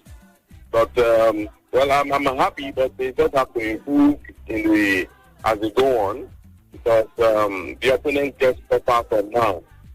So, but I wish them good luck, and I'm very happy we have qualified. They showed seriousness, really. This is one of the times I'm happy we're not using calculator to qualify. Before gone are the days. You feel me? I feel you. Victor, you said the film. Tension. Hey. Another man success. I don't know the answer. I can't say but I'm telling you. I want 9 points confirmed. They should not play nonsense. 9 points. We are come with a sound statement. We want to win this time. Yeah, so I'm happy. Thank you very much. Thank you. Thank you so much. Thank you. So do not even say because we've gotten 6 points, you now go and get 1 point. Make it 9, according to the last caller right there. All right. So we'll take about 2 more calls, and of course, we'll hand over to Vicky the Volcano, and of course, we're still getting your reactions, and the lines are buzzing. People just want to say something about the team's performance. Yes. Hello. Hello, good evening. Welcome. Hi. Yes, my name is Daniel. Okay, go ahead, Daniel. It's from great nation, Nigeria. But this is what I'm saying. Even the authority said, even if it's 1 goal, but so far we got that 3 points. And I'm grateful for this Nigeria, for the players that play this ball. Because if they did like this, they will clear many people back. Because where I'm watching the ball, It's because of their performances with Egypt. Let people wait. Even if I see no more people today to watch Nigeria, I'm very happy. I'm very, very glad because when they talk of Nigeria, many people don't like to watch Nigeria football again. So I'm very grateful for them. Okay. Good work for them. All right, thank you very much. Of course, Egypt will be taking on Guinea-Bissau. That game is going to be starting off in the next 45 minutes. In the next 45 minutes, that's when the game will get started. That's 8 o'clock to be precise. Yes, you can stick around. We will be here to give you the coverage of that game, most definitely. Hello? Hello? Hello? Yes, welcome. Thank you for calling. Good evening. I'm fine. All right, fine. Okay, I just want to congratulate Nigeria for their 3-1 victory to Sudan. So they have done a great one, of course, but they have to focus on the idea of making sure that they win the next match to get their 9 points. Yes. Okay, because the Sudan is not a strong team anyway, because I know they are going to face more stronger teams. So Guinea-Bissau might actually be tougher than Sudan. Yeah, so. they might actually be tougher than the South Sudan, you understand? So once again, congratulations to Nigeria. They have done well. A nice one, you know. Okay. All right. Thank you very much. Thank you very much. Okay.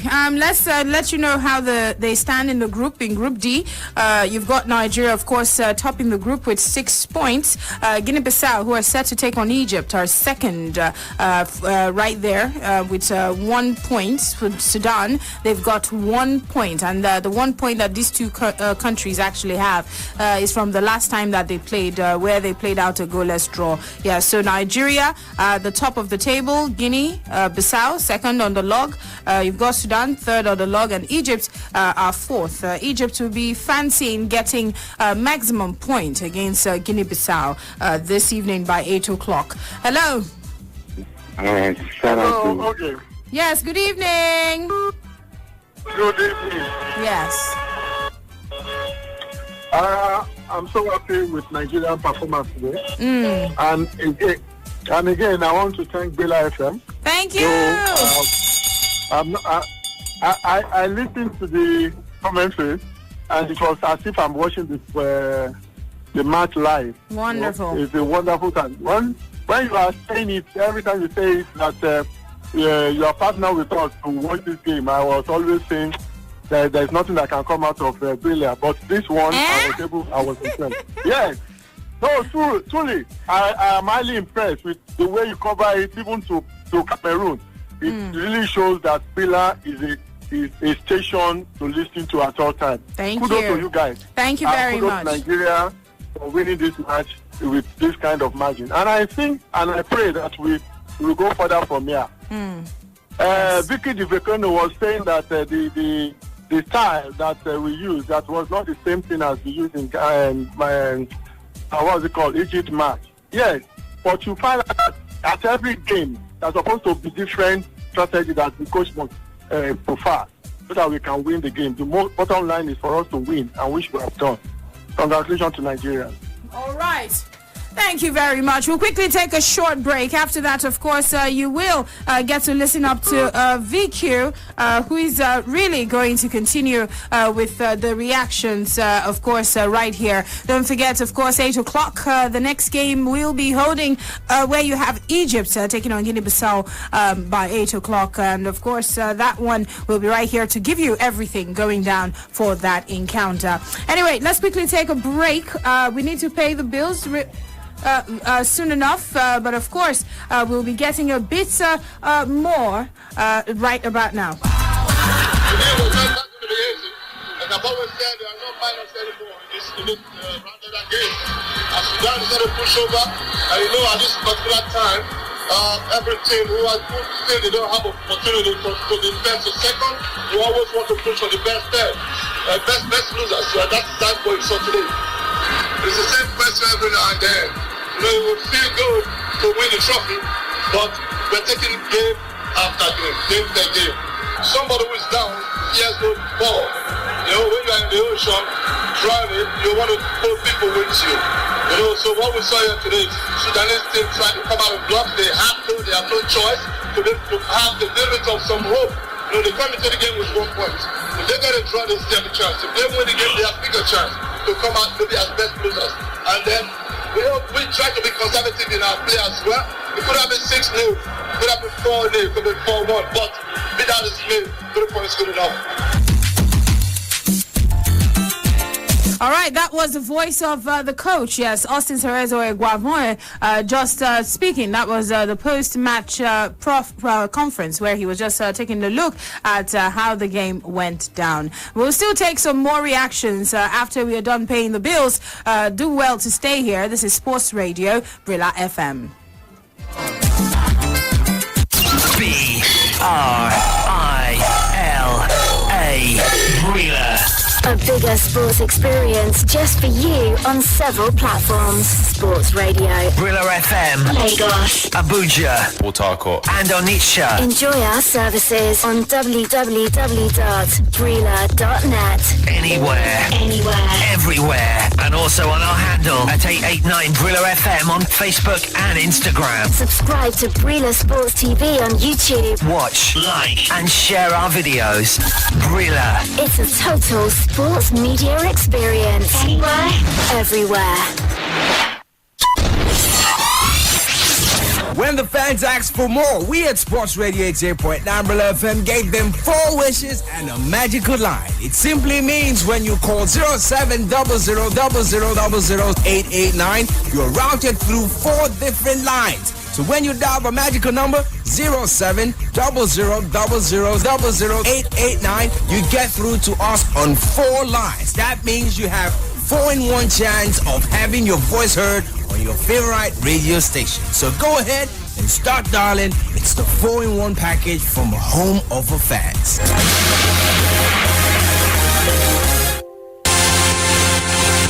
Hi, DJ Drogba. Hello, this is Heidi Gabraselassie.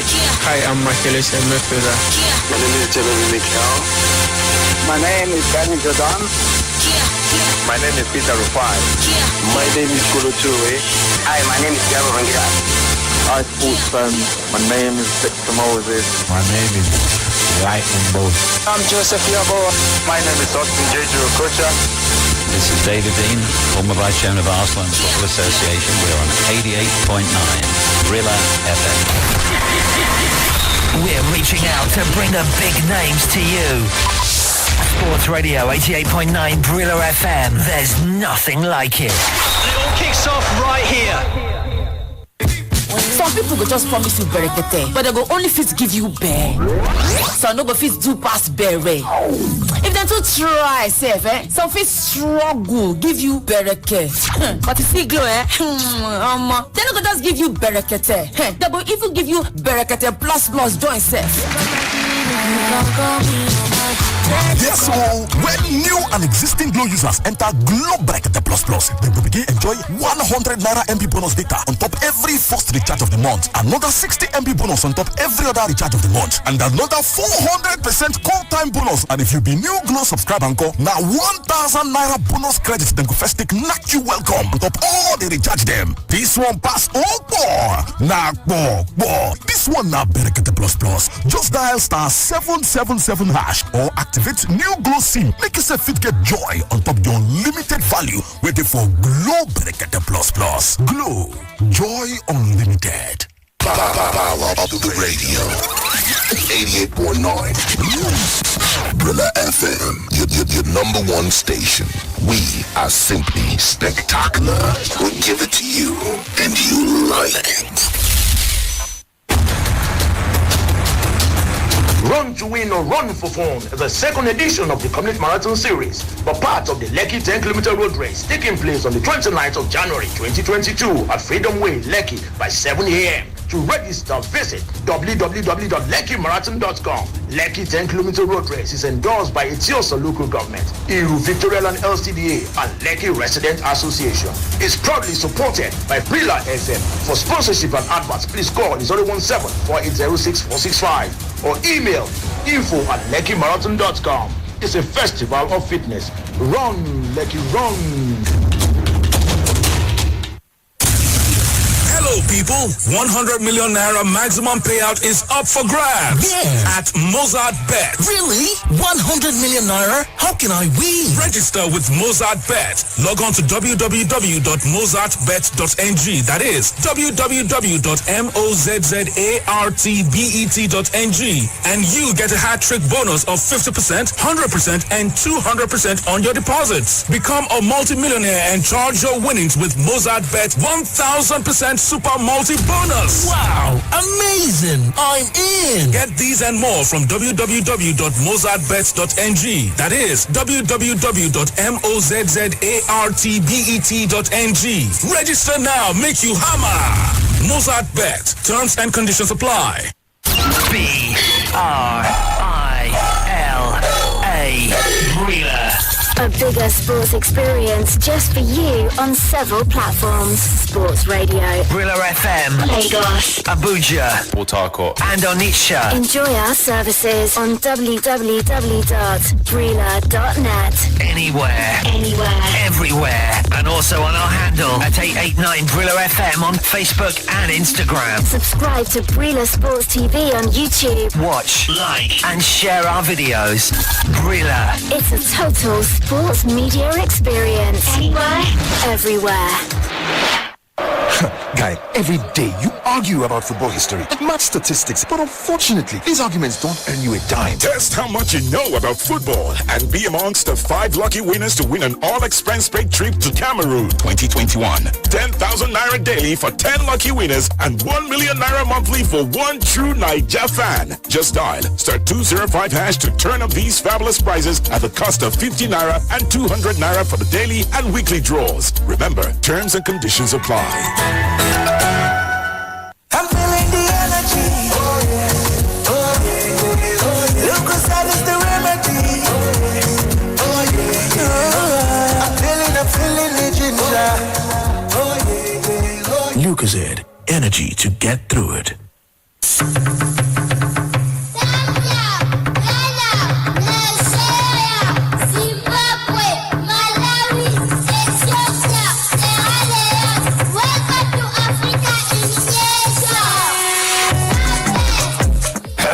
Ladies and gentlemen, football fans, home and abroad, the Africa Cup of Nations Cameroon 2021 is here, and it's like none before it. A continental showpiece with a massive significance of monumental proportions. And I, Adini Adebanjo, am in Cameroon for Brila Media's coverage of the Africa Cup of Nations. Through all the action, hour by hour, every day you get first-hand information about your favorite teams, players, and all the build-up. I mean, all that good stuff. So stay connected on Facebook, Sports Radio Brila FM, on the website Brila.net, Brila Sports TV on YouTube, and on radio in Lagos, Abuja, Onitsha, and 101.1 Brila FM in Port Harcourt.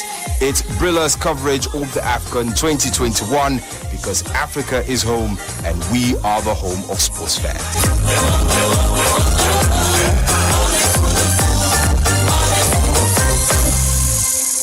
Now every day you argue about football history plus match statistics. The bad team is a shit. You buy your pocket for the shuttle. Oh yeah, come here and waiting you sabi about Niger football for the MTN football promo. And you sef go join the 5 people where MTN go carry go Cameroon 2021 for free. You sef will win a woof 10,000 naira daily for 10 lucky winners and a woof 1 million naira monthly for one true Niger fan. Dial *205# to turn up the ogbonge awoof prizes for 50 naira and 200 naira for the daily and weekly draws. Terms and conditions they shall. Superstars become legends at the Africa Cup of Nations. Mohamed Abu Treka, Jeremy Njata, Samuel Eto'o, Suleiman Tari, Didier Drogba, Essam El Hadari, JJ Okocha, Sasamoa Gyan. Who will write their history in the sands of time in Cameroon? Catch all 52 games of the 2021 Africa Cup of Nations in Cameroon from January 9th to February 6th on Sports Radio Brila FM.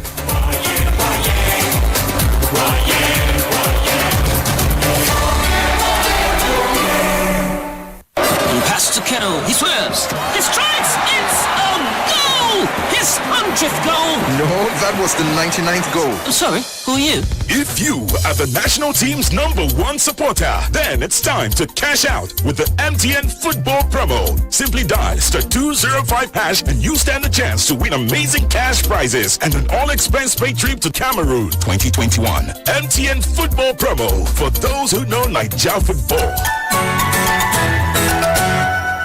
I'm feeling the energy. Oh yeah.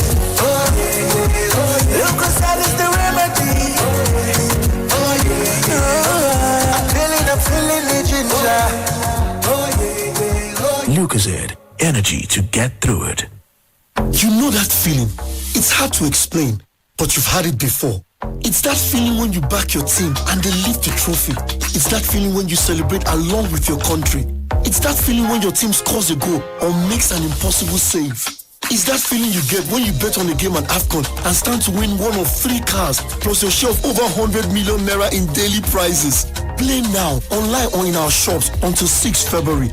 That feeling, that's Bet King. Play responsibly, no under 18s. Now every day you argue about football history plus match statistics. The bad team is a shit. You get your pocket for the shuttle. Oh yeah, come here and waiting you sabi about Nigeria football for the MTN football promo. And you say go join the 5 people where MTN go carry go Cameroon 2021 for free. You say fit win a woof 10,000 naira daily for 10 lucky winners and a woof 1 million naira monthly for one true Nigeria fan. Dial *205# to turn up your ogbonge a woof prizes for 50 naira and 200 naira for the daily and weekly draws. Terms and conditions they shall. They go with the corner kick, shooting star still looking for the 3-point here, and fantastic header. The WBC interim heavyweight champion of the world, the Nigerian Nightmare, In this very moment, I'm king. Carroll's there! He's won it for Liverpool!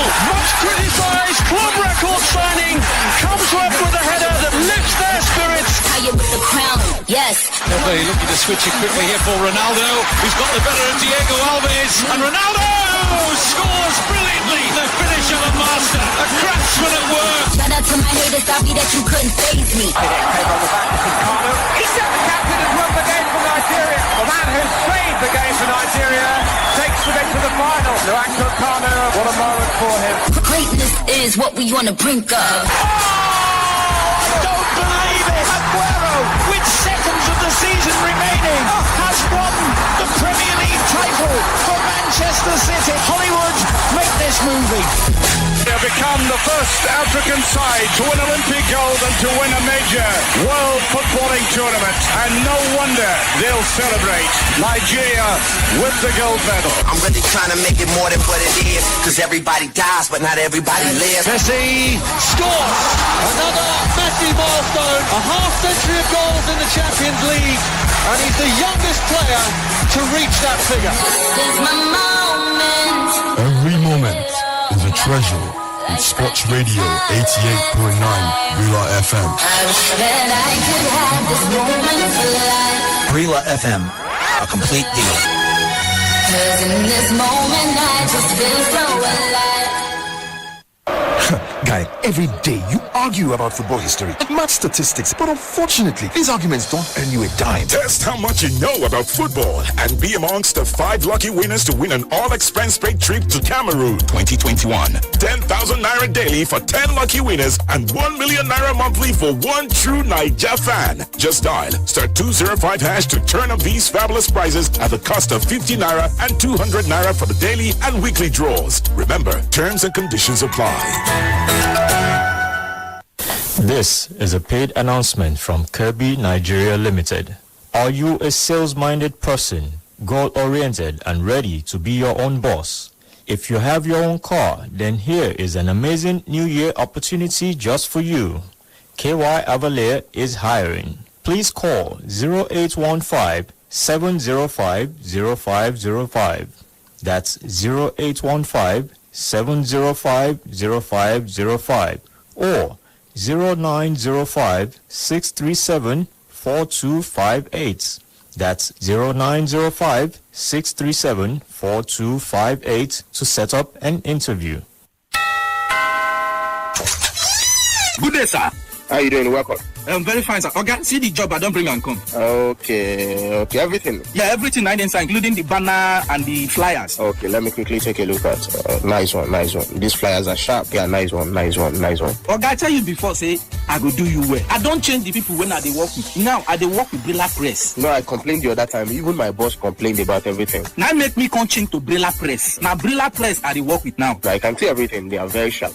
You don't need to tell me, okay, anything when you want print, carry and go Brila Press. Oh yes, Brila Press. At Brila Press, we guarantee you the best in quality printing with up-to-date technology. Our services include idea generation, conceptualization, design and production from cards, calendars, books, magazines, t-shirts, banners and souvenirs. Brila Press is located at 150 Ikorodu Road at the Boale House, Onyepano, Lagos. Call us on 070-8860-6282 or 070-8860-6252. For inquiries, email press@brila.net. Our website is www.brilapress.com. Brila Press. On time, every time.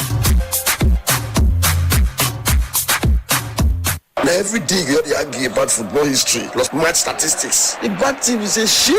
They pay your pocket for the shuttle. Oh yeah, come here and waiting you sabi about Niger football for the MTN football promo. And you sef go join the 5 people where MTN go carry go Cameroon 2021 for free. Oh, you sef fit win a woof 10,000 naira daily for 10 lucky winners and a woof 1 million naira monthly for one true Niger fan. Dial star 205 hash to turn up the ogbonge a woof prizes for 50 naira and 200 naira for the daily and weekly draws. Terms and conditions they shall. This is the start of potentially a very, very long and exciting journey.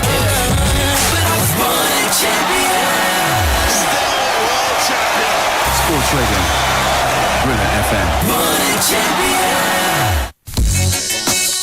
Here is a list of excuses that will no longer be accepted. I beg, give me your hotspot. I want my data, but this one too much.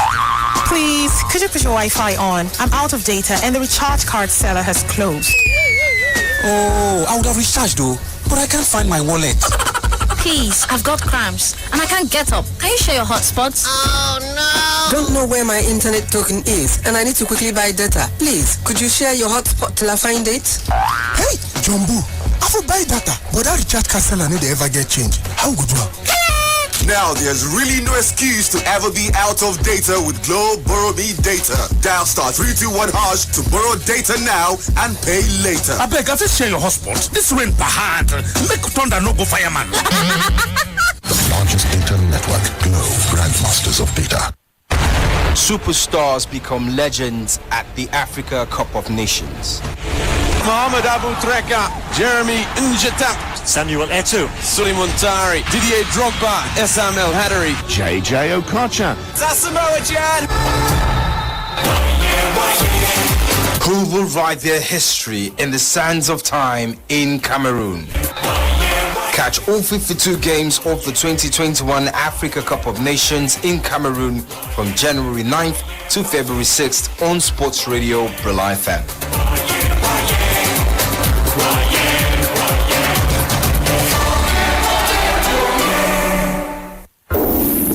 Football Live is back on Brila FM this Sunday. We've got a couple of absolute belters for you on Sunday afternoon. Not to mention Gambia against Mali in Limba in the early kickoff in the African Cup of Nations. We'll also keep an eye on Ivory Coast against Sierra Leone. There's a couple of big matches in the Premier League. The early kickoff is a rerun of an FA Cup third round match from last weekend. West Ham United beat Leeds United last time out 1-0. Can Leeds exact revenge at the London Stadium? West Ham against Leeds is our big feature game in the afternoon on Sunday. There's also games in France, in Holland, in Germany. Augsburg are looking to kick on against Eintracht Frankfurt in our featured game. And in Italy, Venezia take on Empoli, where goals are an absolute certainty. Empoli leaking goals for fun at the moment. So that's your weekend on Football Live on Brila FM. 2 fantastic shows coming up this weekend. Be sure to join Matt Isles on Sunday. Action-packed shows on Football Live on Brila FM. We'll see you then. Football Live.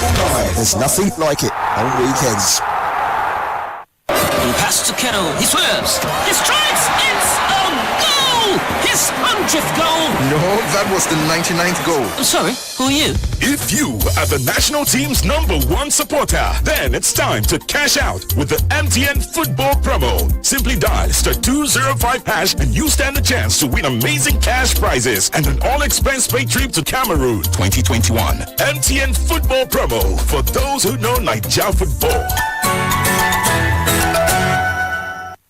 B-R-I-L-A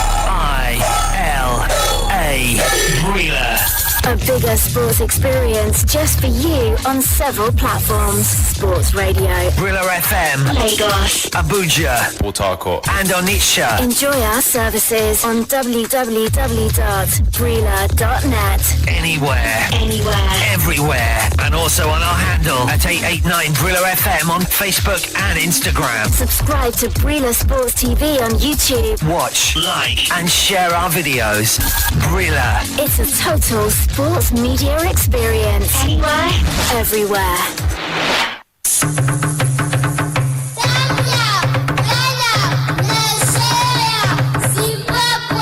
Pass to Kettle. He swerves. He strikes. It's a goal! His 100th goal. No, that was the 99th goal. I'm sorry, who are you? If you are the national team's #1 supporter, then it's time to cash out with the MTN football promo. Simply dial *205# and you stand a chance to win amazing cash prizes and an all-expense-paid trip to Cameroon 2021. MTN football promo for those who know Naija football.